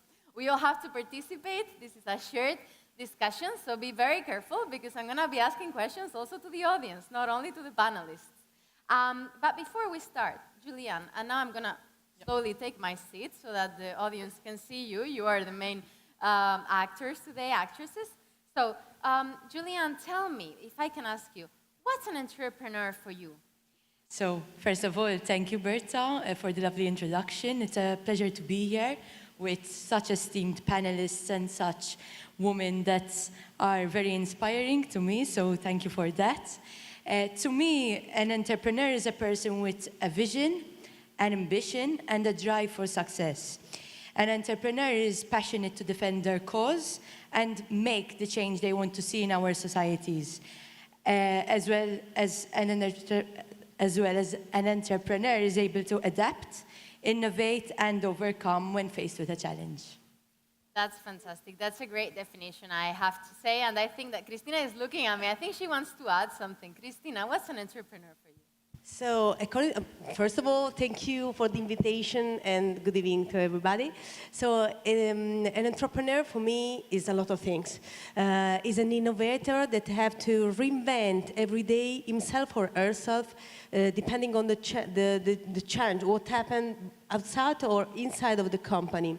He has to be visionary, but also have to be down to the heart because the business have to be sustainable.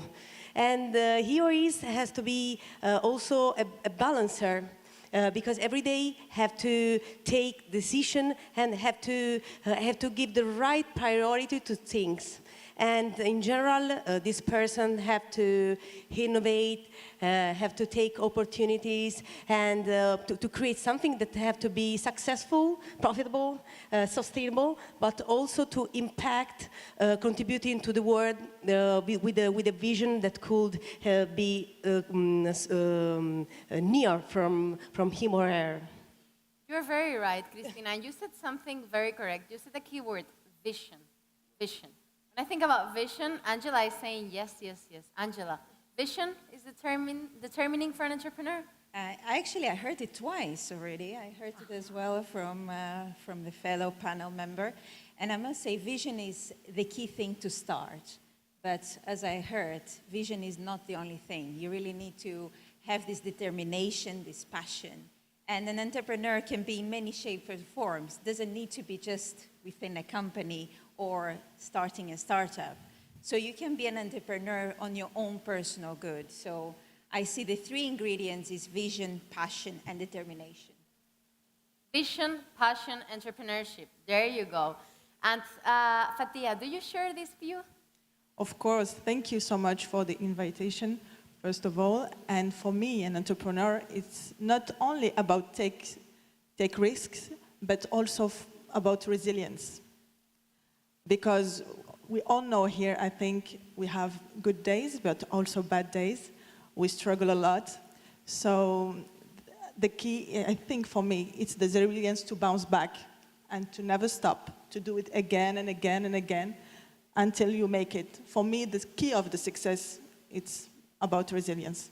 You're very right. So resilience, persistence, having bad days, just as having good days.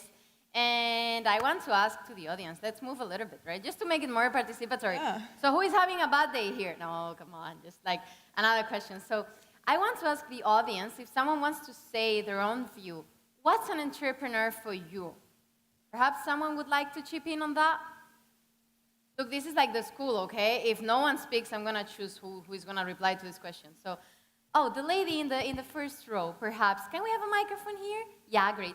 Please introduce yourself first.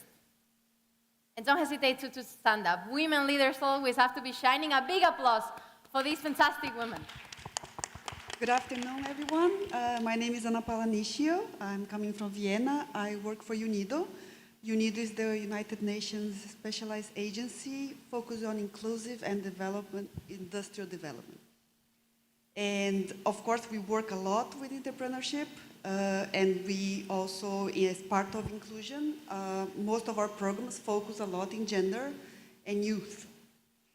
So I have a more of a global, including Global South, vision of entrepreneurship, which is, yes, it does require everything that these wonderful ladies mentioned, but in many cases, especially in the Global South, it may be your only alternative, it's not a lifestyle choice. In some cases, the only way to get income.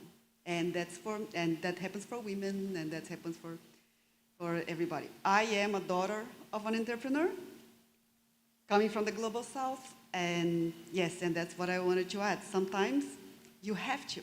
You have 3 children, you're a single mother, you lost your job, and you need to find your way. So, does it need vision? Yes. Does it need passion? Yes.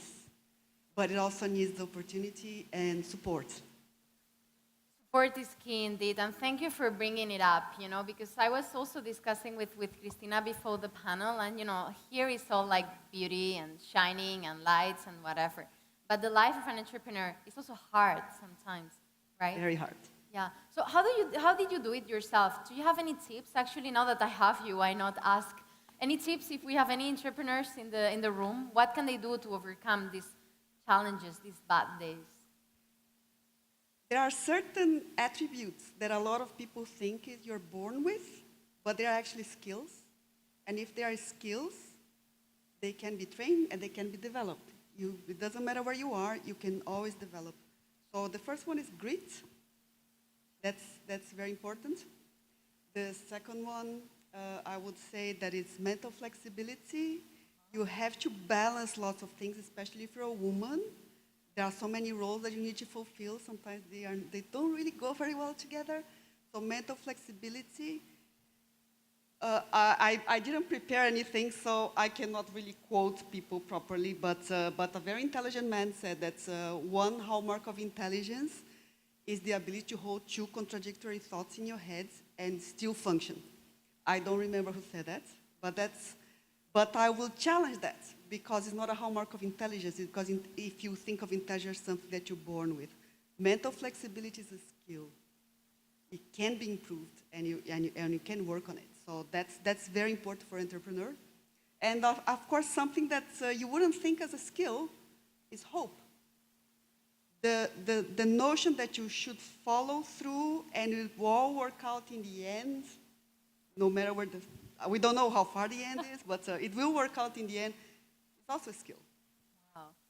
Thank you so much. This is really inspiring. And I take that, right? Well, first, that you didn't prepare it. I wish that everyone who didn't prepare everything would speak as great as you did. So thank you so much for just taking the lead and enriching our discussion. Yeah, we're going to take the microphone. And you said, you were mentioning skills. This is the European Year of Skills, 2023, which, of course, Huawei, we are very proud to share the goals of the European Commission, where we are heading to, right? Europe is going in a direction of upskilling, of reskilling, of getting more and more people into the digital workforce.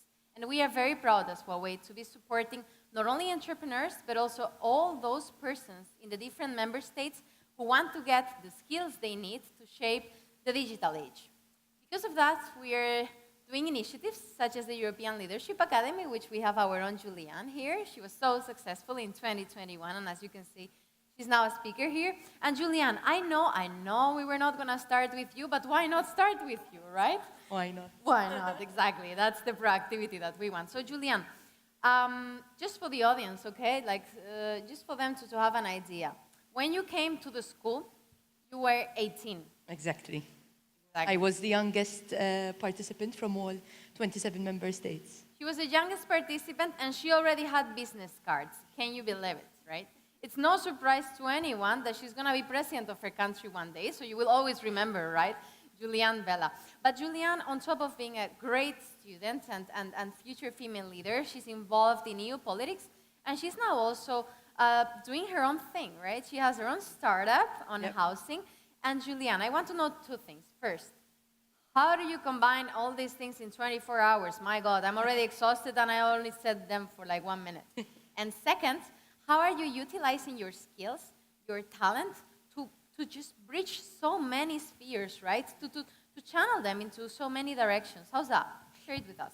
Sure. So I will start with the skills part first. As Berta mentioned, through my activist and academic background, I have gained a number of skills, ranging from the numerical and analytical ones, as well to the softer ones related to communication, leading with empathy, and public speaking, which, going back to the European Leadership Academy, those were skills that the school encouraged me to pursue further and build upon to be the person that I am today. So I have to give thanks to that, and I look back positively on the wonderful experience that was the first edition of the summer school for the female leadership in the digital age. So when it comes to, juggling all the things I do, it is true. I wear quite a multitude of hats. But to me, although it can be quite stressful, it is very rewarding. Why? No day ever looks the same, and the variety of tasks and projects, as well as people that I get to work with and collaborate with varies. It varies a lot. To me, it is very inspiring, and it's a new challenge every day, which I take up with the bring it on mentality. When it comes to tangibility and making sure that deadlines are reached and that we deliver, not only I deliver as a student, but also working with international clients in the business, the family startup that I have created called Sustainable Living Spaces. The trick, I would say, is time management, effective time management, communication with your team and with your stakeholders, as well as proper planning. And what do I mean by planning? By planning, I mean preparing for the worst, but expecting the best, so that you are aware of your market, your surroundings, and you're able to adapt and shift according to what is required, and you're able to take upon the challenges that are brought day to day. So thank you, Julianne. I cannot add any more to how brilliant you are, right? Because I think we explained it quite well, and it's just amazing. And I cannot just feel more proud of you. One of our speakers, our mentors at the school, not in your edition, but in this edition, was Angela. Angela was with us. And she was teaching up-and-coming female leaders on entrepreneurship precisely, right? And I saw you nodding when Julianne was speaking. And, Julianne is a rare example, right, of a woman, also a young woman from the south of Europe who actually, let's say, is making it. But Angela, we were discussing before, you work a lot with entrepreneurs. I remember that I asked you, okay, but how many of them are women? And you are very much aware of the gender gap that exists in funding, right, in financing. So what are basically female entrepreneurs facing when they are needing that funding and it doesn't come? What's the situation?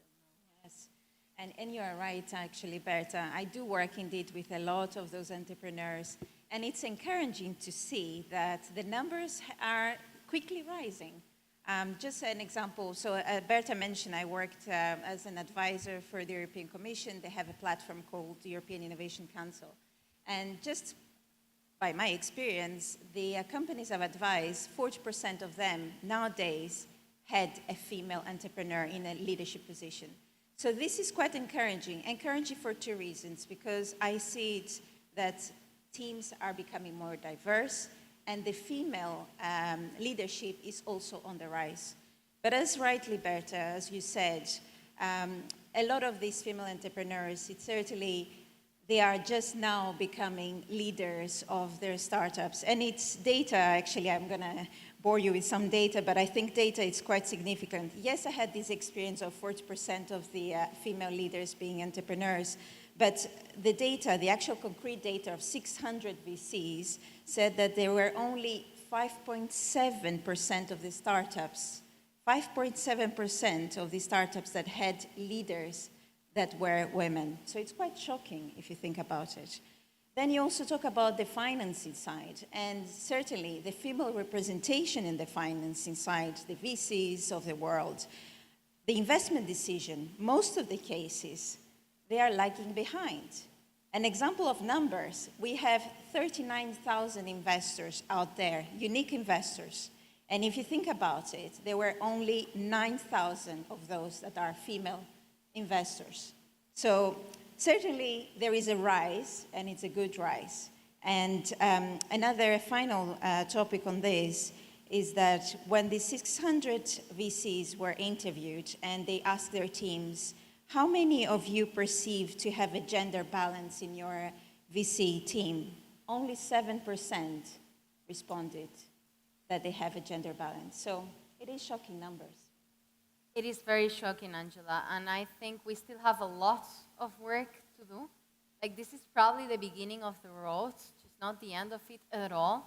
And that's why it's great, I think, to have discussions like this with you ladies, with your role models. You can encourage other women as well to get into entrepreneurship.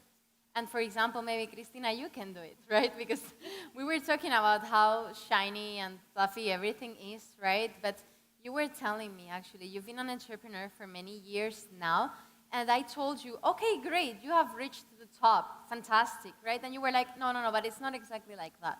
But my question initially was like, when you funded this edtech startup, right, you saw a problem. That was that kids basically, are using screens in God knows what way, right? They are, I don't know, playing games or watching something, but without any purpose, let's say, right? And your startup, Marshmallow Games, basically gives them some good content, a good way to use that time, that screen time, into learning something productive for tomorrow, right? Into acquiring the skills they're gonna need in the future. So I'm gonna ask you the question in a positive way, and I know that you're gonna reply maybe in a different way, but like, are you just aware of the millions of lives that you're changing worldwide? Too much. No, but yes, our mission is to give value to the time that kids spend on mobile devices. But before this, we need to increase the awareness of the parents about the importance and the power of this kind of technologies on their kids' development. When I founded Marshmallow Games, the event that was most decisive for me was the first time that I saw my friend's daughter using the tablet for the first time. The little girl was 18 months old. It was very, very young. And it was shocking for me to see how naturally she uses the touch screen. And so I immediately thought on the impact that this kind of technology can have on the education of the kids. And so I started to do research. And 9 years ago, there were not so much in this market, so there were a gap. And so I tried to cover this gap. And so it was natural for me to starting to create content, high quality content that can help kids learn in a funny way. But unfortunately, at the beginning, we came up against a wall, a cultural wall, because most of the parents thought that the new technologies are not so good for the kids' education. And so this is not true. This is not absolutely true, because it depends on the usage of these tablets, these smartphones, and so on, and how the parents can educate their kids to the use of this technology. And so the time is passed, and something has changed, but the work that we have to be is much. You're very right. And I think you said a couple of very good points there. And one of them was awareness, right? Raising awareness and saying, hey, tech for good, right? Technology is what we make out of it. But if we use it in a good way, it can actually help a lot a kid's development, right? So anyway, thank you for creating marshmallow games. Definitely, we all need it. And Fatia, I wanted to reach out to you when it comes to awareness specifically. You're working a lot, not only with big companies, but also with SMEs, right? And you're working on a very specific field that every day we see in the news that people need more awareness about, people need more training. That's cybersecurity. And even I know that we are on the same path, because at Huawei, we have created actually this guide that I have here. Now it's in French, but we have it in several different languages, including English and Spanish, of course. I think Slovenian as well, and some others. And it's for the cybersecurity of SMEs in Europe. Actually, my colleague Dave Harmon, where is Dave Harmon? Dave, stand up so that we can see you. Yeah, that's Dave. You cannot see him very well, but he's right in the corner. So if you want to know anything about cybersecurity for SMEs in Europe, you have two options. Or you ask Fatia, like I'm going to do now, or you ask Dave. So it's perfect. You have two sources here. Anyway, so Fatia, tell us, so how are SMEs approaching cybersecurity, and how are you actually helping them? Yeah, thank you. I think the first things first, we have to raise awareness for everybody. And then, you know the numbers, more than 99% of companies in Europe and even in worldwide are SMEs. So, you know, there's a lot of SMEs out there. And I think maybe they think they are overlooked, you know. They are not they not understand. And even the managers don't understand the risks. So I think we, at SciSafe, first thing, we demystify cybersecurity. We try to humanize cybersecurity, it's another thing, but we try to, okay, that's not a big deal. We are just cyber defenders. Okay, we're trying to protect your IT, and this is it. We are not the bad guys here. So, yeah, we try to work with SMEs every day. So the things is to give them, you know, projects who can fit their budget, they need. And for that, we have to talk the same language than them and to involve the managers. I think it's the key for them to have less risks for this side. You're very right. And actually, I think it's for everyone, right? Cybersecurity in the end. I learned something actually reading this guide that Huawei has created together with EIT Digital and also with the Global Digital Foundation, and is that many times cybersecurity comes down to a human error, right? Exactly. To a human mistake. So it's probably something that we all have to learn. Do you find it easy actually to do this, like, a bit pedagogical, right? You're just actually teaching. Exactly. We teach, like, yeah, at school, but you have to take the basics, you know? And it's okay. The things they have, it's not a big deal because we are all humans. And we are talking with machines, so that's the complexity, you know. So we have to humanize all this and to say, okay, we are here to protect you. We are the cyber defenders, and we are gonna work together. You're right. As our guest today said very, very well, mental flexibility. Mental flexibility. That's right. I agree.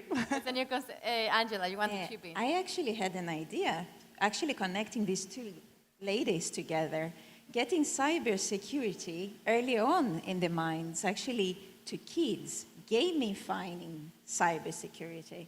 So that will be a new app to create. That's right. I like those synergies. I see something boiling up here, and that's great. Maybe we actually just created a baby and we don't know yet. I'll tell you in 9 months, okay, if that was successful. No, Angela, so actually let me get back to you on this, because we were discussing this before, and you know, that our audience can see so many amazing female leaders here today on stage, right? But the reality is not exactly like that.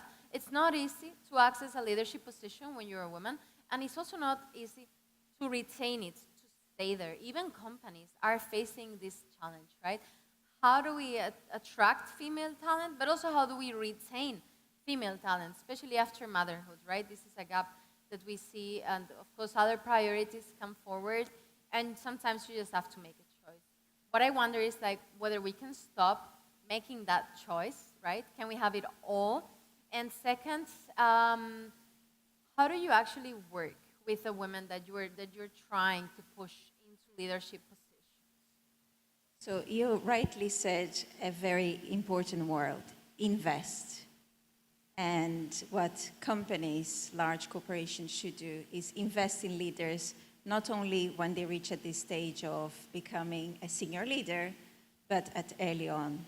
And creating this pipeline of future leaders. And your European Leadership Academy does exactly that. You actually bring on super caliber individuals, and we have an example here.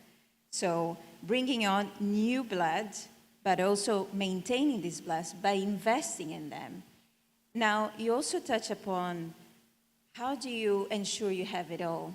You can have it all if you have this mental exercise that you can manage everything but not burn yourself. And you do that by constantly reinventing yourself, ensuring that you take care and you put the mask first. We had this discussion before. You really need to have your own well-being fully taken care before you embrace everything else. Because if you are not well in your own self, nothing you do will happen. You cannot become the next leader. You're not going to be representing well your family in your personal life. So that's how you can have it well, when you exercise yourself in a constant mental well-being. So first, take care of yourself and ensure your company is constantly investing in you. And the European Leadership Academy does exactly that. Thank you, Angela. And I think it's very right what you said, and it's very important to say it on stage. Like, being burnout is not cool, okay? Like, we need to stop treating like being extra busy as something being really cool. Because when you're, as you said, when you are not healthy, when you're not well, you cannot perform, but you cannot even perform for yourself. So it's something very important that we need to incorporate into a sustainability angle. And I think sustainability works for all of us, right? It's for the planet, but it first comes with us. And I look at Julianne as well, because as I told you, doing so many things, right? Studying computer science. She's also working in politics, but as well she has her startup now, as she explained, and she's very focused on sustainability. So I wanted to ask you, Julianne, you belong to a new generation of entrepreneurs, of female entrepreneurs. And like, how important is it sustainability for you, and how do you see the role of women actually in driving sustainability forward? So, to me, sustainability, not only in business but also in society, is very important. It's not only because, you know, we are nearing Agenda 2030 and that we have the Sustainable Development Goals, but to also ensure that we still live in a world that is of good, that offers us a good quality of life, and that our societies can thrive. And to me, that is why sustainability is important. In my entrepreneurship journey so far, I think as women we have a lot to offer when it comes to making sustainable choices and leading with a sustainable vision. The role is multifaceted, if I had to say. Why? Why is it multifaceted? As women, we tend to bring diverse perspectives into addressing business problems and finding solutions. We tend to have that, I like to call it, creative edge when it comes to also negotiations and design. And we adopt, or at least I tend to adopt, a long-term mindset, which in the context of sustainability is very important.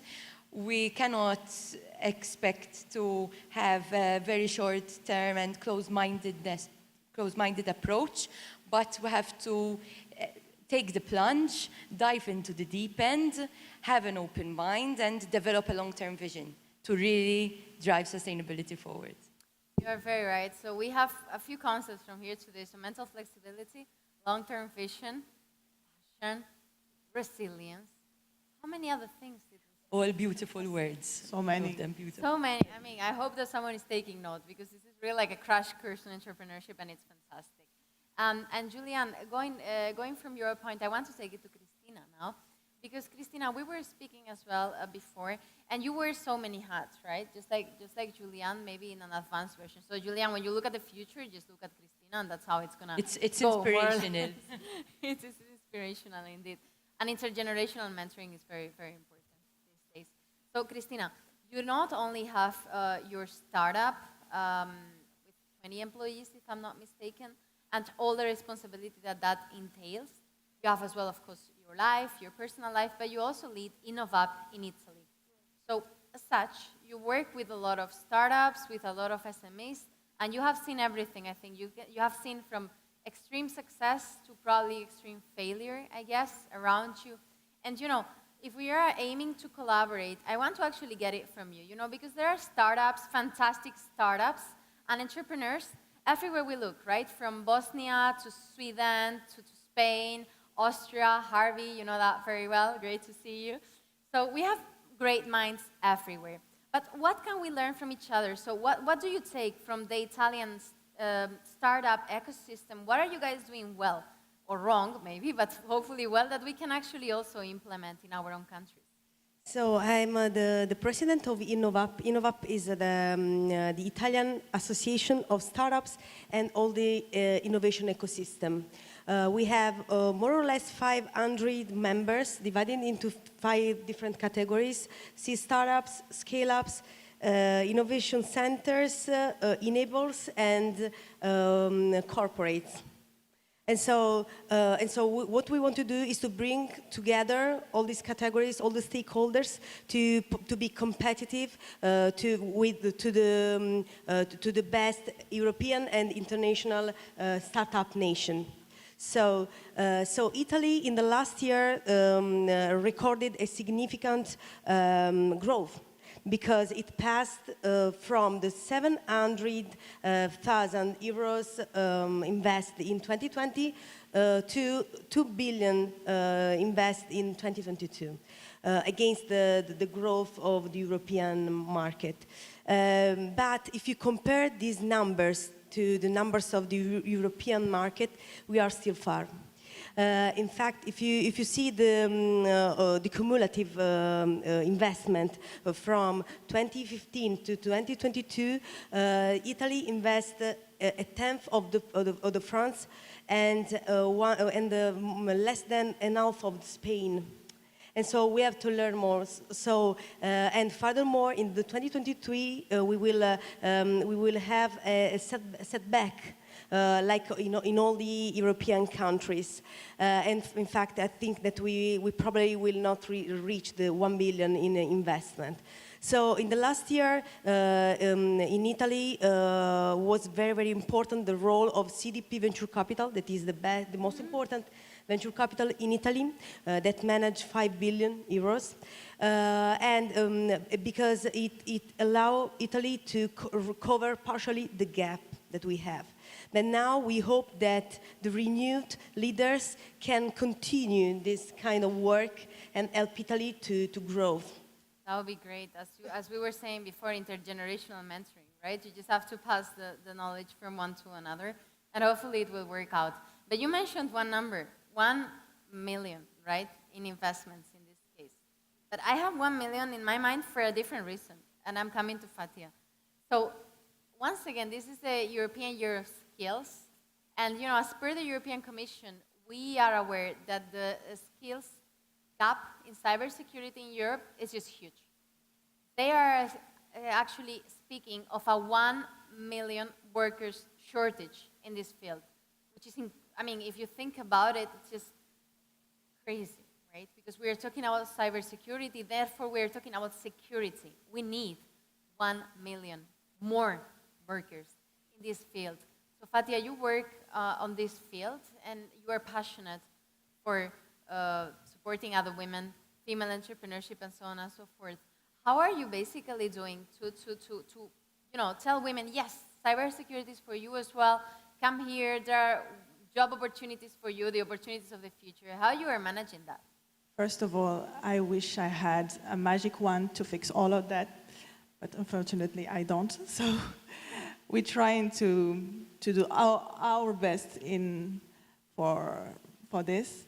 And I think the most important thing is to know the diversity of all the jobs that we have in cybersecurity. It's not only about technicals and hard skills, but you have so many others. You have lawyers, you have cyber negotiators, you have whatever, you have a list, it's very long. But I think this is the most important, that people know that it's not only technical, but you have hard skills, but also soft skills. And then I think at school, in middle school, we have to do the work with our young people, boys and girls, whatever, to join this field, because we need them. And we need them to be passionate about the cybersecurity. And so, as you know, I'm a board member of Women for Cyber, so we promote inclusion, diversity, and also for female, because we are only 11%, so not too much. I'm very happy to be here in this in this female entrepreneurs panel. But yeah, so we work a lot about promoting female in this field, and I think for people who don't know if they want to come in our field, of course, our sector, first thing first, you have to go to see associations. That way they're gonna help you to get in a mentorship, maybe, or they're gonna save you. I think the benefits of mentorship. It's you share knowledge. You are for mentor and for mentee. It's very important. So I think it's very important to people to come to associations to see what they do. We have scholarship also to help women to come in our sector. And for people who are in school, I can give you an advice, is to do apprenticeship too, because you're gonna win so much experience, and it's gonna be helpful. But yeah, it's not, I don't have a magic trick, unfortunately, but I think this panel and all the discussion that we have, they're gonna make change. Yeah, indeed, you're absolutely right. And actually, you might have a magic wand. Why not? Because you said something very important, though, which is like to work in cybersecurity, you don't need to be like a top engineer. Absolutely not. Because people usually think that, right? And they're like, okay, but I don't have a tech background, therefore I'm not going to go into cybersecurity. You can do it with a law background, right? With many different... I'm jurist, I'm a lawyer, so, and now I'm working in cybersecurity. So if I do it, everyone can do it too. So you have to have the resilience that we're talking about, to never drop your dream or what you want to do in life. That's it, and that's also how you can become a woman in tech, as we were saying. Okay, so we need to wrap up very, very quickly. I want to ask our audience if we have any questions. Do we have any questions for the panelists? You can also say, like, I don't agree with anything you said, I have a totally different view. Go for it. But I think we're just going to have time for one question. So who's going to pose that question? One, maybe two? Don't get so excited, okay? All right, so there are no questions, so the question is going to be asked by Cara, of course, our top student, so please bring the microphone to Cara. I want to introduce you to Cara. She's French, right? And Cara Dombeking, she's just amazing. She works in astrophysics, and she's also a top communicator. In fact, in our school, she won the award for the best communicator, and she has done a lot of work to help communicate technology and science to a broader public. She has also appeared in media across the European Union, given many interviews, so I know that she's going to wrap it up for us very well. Cara, so how did you see it today? What's an entrepreneur for you? Tell us. Oh, well, that's a tough question. Thank you, Berta. For me, an entrepreneur is someone who is... Please join the session of engineering procurement in W02 and general procurement in W04. Okay, Dear partners, please join the session of engineering procurement in W02 and general procurement in W04. I hope that my wonderful colleague who said that found Johannes. Johannes, if you're here, you have to go to W04 or something. And now let's take it back to Cara. Cara, please start again. I think this is a perfect metaphor of what it feels like to be a woman in tech. Exactly. So, Interrupted. Yes, now we're changing that. Go for it. So for me, an entrepreneur is someone who has a vision, who has an ambition for society or for their community, and who is willing to put his effort and skills for the benefits of others. So if I had a question, that would be, how do you combine your values with the current state of the world? Because I'm not supposed to be here. I was supposed to be doing my courses. I'm working on a business degree currently. And one of my teachers was basically telling us that we need to be sharks in the industry, that if we want to launch a startup, we need to make sure that we can eat our competitors, that we don't have to overthink about social sciences and this kind of stuff. So that's why I left. I mean, that's a nice excuse, but still. So I wanted to have your opinion and your point of view, like how do you balance between your values, how you see society, and the expectation, sometimes male expectation of what is business? I wish that actually your teacher would have been here today to listen to this panel. But with your wonderful question, Cara, we're going to wrap it up. So I'm going to ask our speakers to just say, like, I don't know, like a headline, okay? Like in journalism, like a headline. If you can summarizing how do you combine your values with business needs and so on, as Cara was explaining. And finally, closing the panel. Otherwise, they're going to kick us out. So who wants to start? Leon, you ready?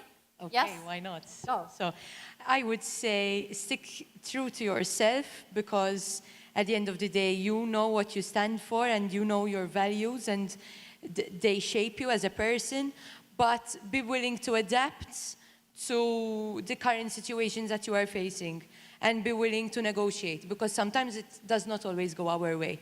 And we have to accept that. Nobody's perfect, but we can adapt, innovate, and overcome. Nobody's perfect, but we are getting really close to that. So, Fatia. Yeah, it's a very good question, to be honest, and I don't have the answer, but I think you have to know yourself to keep your values and not to stay in your foot and to keep going, because yeah, things not going well as, sometimes you struggle, sometimes you have difficulties, sometimes you have problems.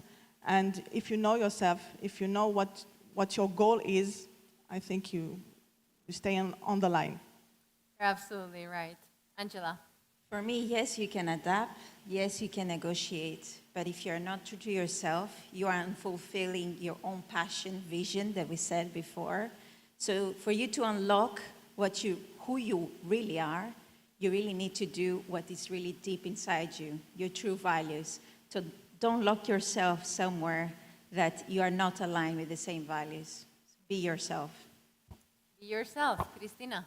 So nothing. The values is what keep us alive, no? Is what pump our heart, no?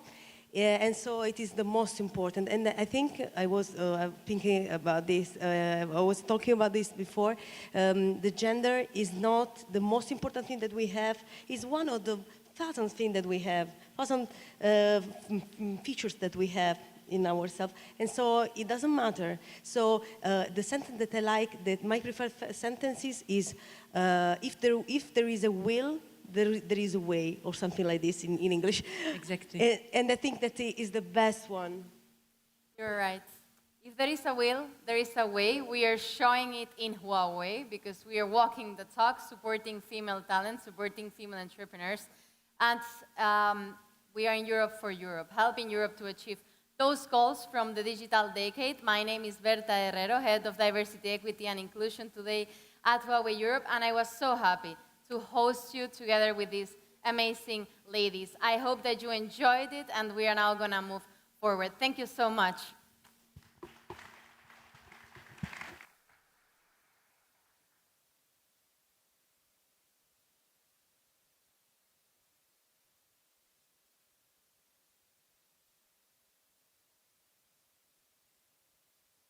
A big thanks to Berta for that incredible brainstorming session. Of course, also her brilliant panelists too, which really showed the importance of resilient vision, passion, mental flexibility, and also authenticity.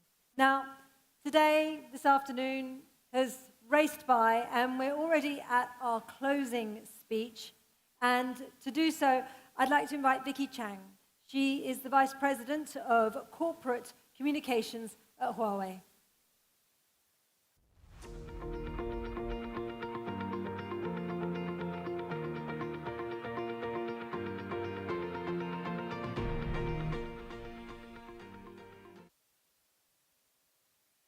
Distinguished guests, ladies and gentlemen, I know you are tired at the whole day's event, but I do believe it's a very great discussion today in such a special Paris event to discuss the SME innovation. Because the small and medium-sized enterprises are crucial to European economy and also a key driver for local development.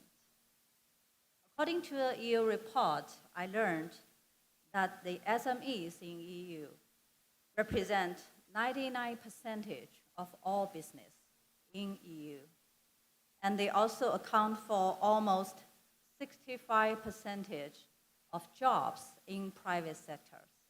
And they contribute more than 50% of Europe's GDP. So the link is clear.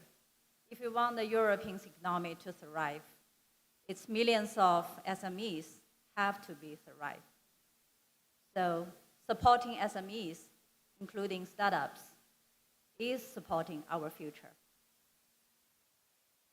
However, there are still a lot of challenging for SMEs development, especially in the ICT infrastructure and resources.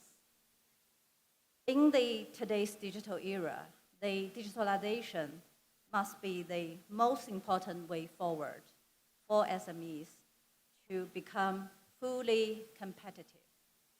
But it's normally a very challenging progress because it requires the professional skills, the knowledge, specialist tools and strategies.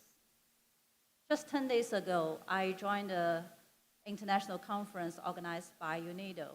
At that event, we discussed the AI technology is fastening the industry digitalization.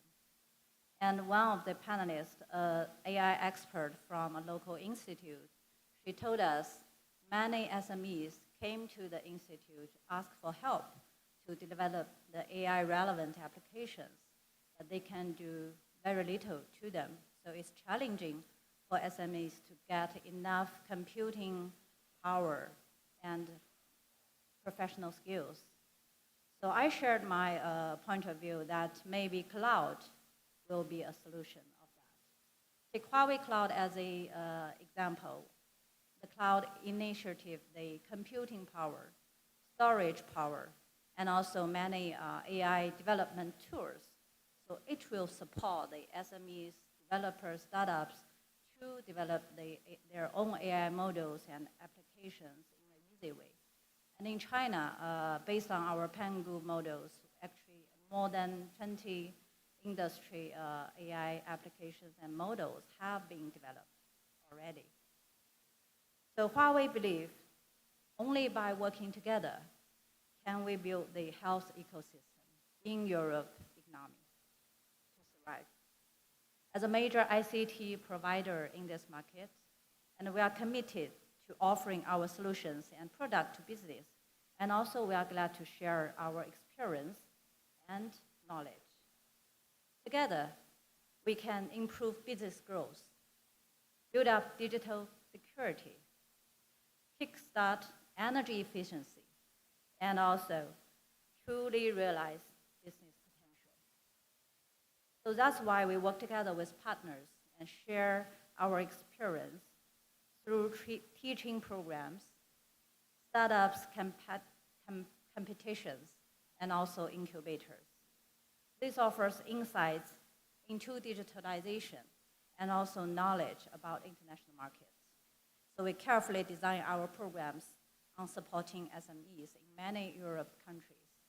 And among them, one of the most leading European project, Digital Impulse, was started here in France 9 years ago. And it has already supported more than 90 startups to date. As part of this scheme, we provide not only the financial support, but also the technical support, and networking opportunities, and even international market advice. And with the success of this project, more and more similar projects was launched in other European countries, including Italy, Poland, Ireland, and other countries. And also, we think that is not enough. We can do more by working together. So we sincerely believe more can be done, support Europe's SMEs. We welcome the opportunities to work with you, all the leaders from the private and public sectors, to help together boost the commercial business in SMEs. And also, so we are excited to launch our new initiatives here, our Paris Innovation Center. That will be a platform to share our experience and also resources with SMEs, startups, and many more. My colleague Kenneth will introduce more details to you in a short time. So once again, thank you for your attention and support to the SMEs, and we are looking forward to working together with you. Thank you.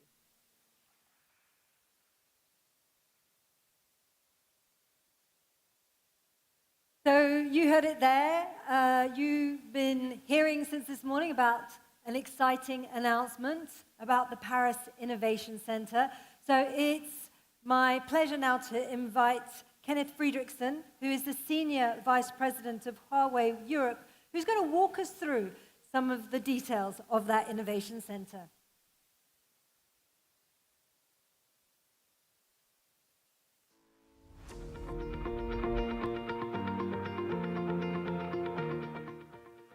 Thank you very much. I think it's been a long day, but it has been a very interesting day. We have heard many different and highly interesting views on how to drive and stimulate SME innovations. Like all big companies, Huawei was also once a small company. More than 30 years ago, we started as a small SME as well. But today, I'm proud to announce that we are going to establish and launch the Paris Innovation Center in order to continue what we have been doing actually for a long time already, but to continue to build a better ecosystem for SMEs and partners here in Europe. So whether you are a large organization or SME, I believe that this platform will help all our partners to drive further. In 2018, we announced the inauguration of the Paris Open Lab, where we committed to innovate together with our partners and customers from various different industries. In the past 5 years, we have worked with more than 200 partners to help them to develop innovative solutions and project validations. Today, in a time when digital innovation becomes all more important, we are upgrading our commitment with the Paris Innovation Center to provide an innovative platform where SMEs and startups and more can come together for shared success. With €2 million annual investments, the center will be able to support from 4 areas: training sources for knowledge sharing, joint innovation, verification and integration, and last, go-to-market. In the world we are living, knowledge is a competitive advantage. Huawei has been providing technology know-hows and also training materials for ICT skills online through different platforms like the Cloud Developer Program, Partner University, and the ICT Academy. With the Paris Innovation Center, we are taking it one step further. At the center, we will be creating an interactive space where we bring together our top experts from different sectors to encourage more thorough in-person exchanges. We plan to hold open days, provide more person training sessions so that SMEs and partners and alike can also get the most of Huawei's experience. Secondly, joint innovation. Through open platforms and sharing industry know-how, Huawei can support partners like SMEs in obtaining various ICT product and platform capabilities. Based on Huawei's rich product portfolio and technologies, we will create a large number of open interfaces that is easy for partners to use and to obtain so that they can more efficiently support their solution development. At the same time, the industry know-how Huawei has accumulated over the years, such as in manufacturing, healthcare, and other sectors, can also be shared with partners to help them to enhance their solution competitiveness. Now, how do you test your technologies and models? Well, at the Paris Innovation Center, we will bring together test validation cases and experiences from Huawei, wide product range, covering 15 industries and also more than 80 scenarios of professional testing. As mentioned earlier, we have already supported our partners to test more than 200 different types of scenarios. Looking into the future, we hope to create no-threshold support for integration and verification, which can help more partners to get the most specialized support and guidance through massive test cases and AI-supported test methods. Last but not least, the go-to-market. Often SMEs have great ideas, they also have even great technologies, but they are not well enough connected to make it a business success. So how do we transform these ideas and the technologies to lastly also make it a business success? We have an experience center in the Innovation Center where Huawei customers can be invited to experience the solutions, creating what you see is what you get recommendation approaches. At the same time, we will continue to share our success cases from our partners in events like roadshows, the Mobile World Congress, and also like today, to increase the visibility of our partners. In the exhibition area behind us, I believe you have already seen some of these success cases, and the Innovation Center will also hold regular sessions where you will have the opportunity to connect to Huawei's more than 5,000 plus sales channels in Europe. We hope we can act as a tool for our partners to increase visibility so that they are able to unleash their full potential. So, with everything said about the Innovation Center, this is only the beginning. So I hope I can see you soon in our Paris Innovation Center, and I encourage all of you to join hands with us in this journey so that we can work together for better and shared success in the future. Thank you. So don't step away just yet, Kenneth. You're going to be joined now by 4 very important people who are going to join you on stage, and they are Vicky Chang, who is the Vice President of Corporate Communication at Huawei, Antononi Gu, who is the Vice President of Huawei IT Product Line, François Mercier-Tigrine, the co-founder and Scientific Director of HD Rain, and François Cruta, co-founder and CEO of Ubuntu. Now, these gentlemen and ladies are waiting in line. Just behind you, if you turn around, you'll see some handprints appear. When you see that handprint, put your hand against it.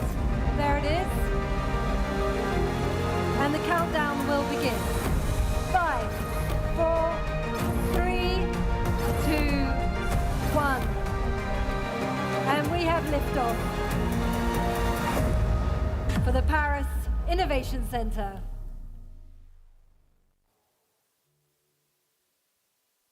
Now, please don't leave the stage. If you could gather closer to the front, we will have some official photographs to mark this moment.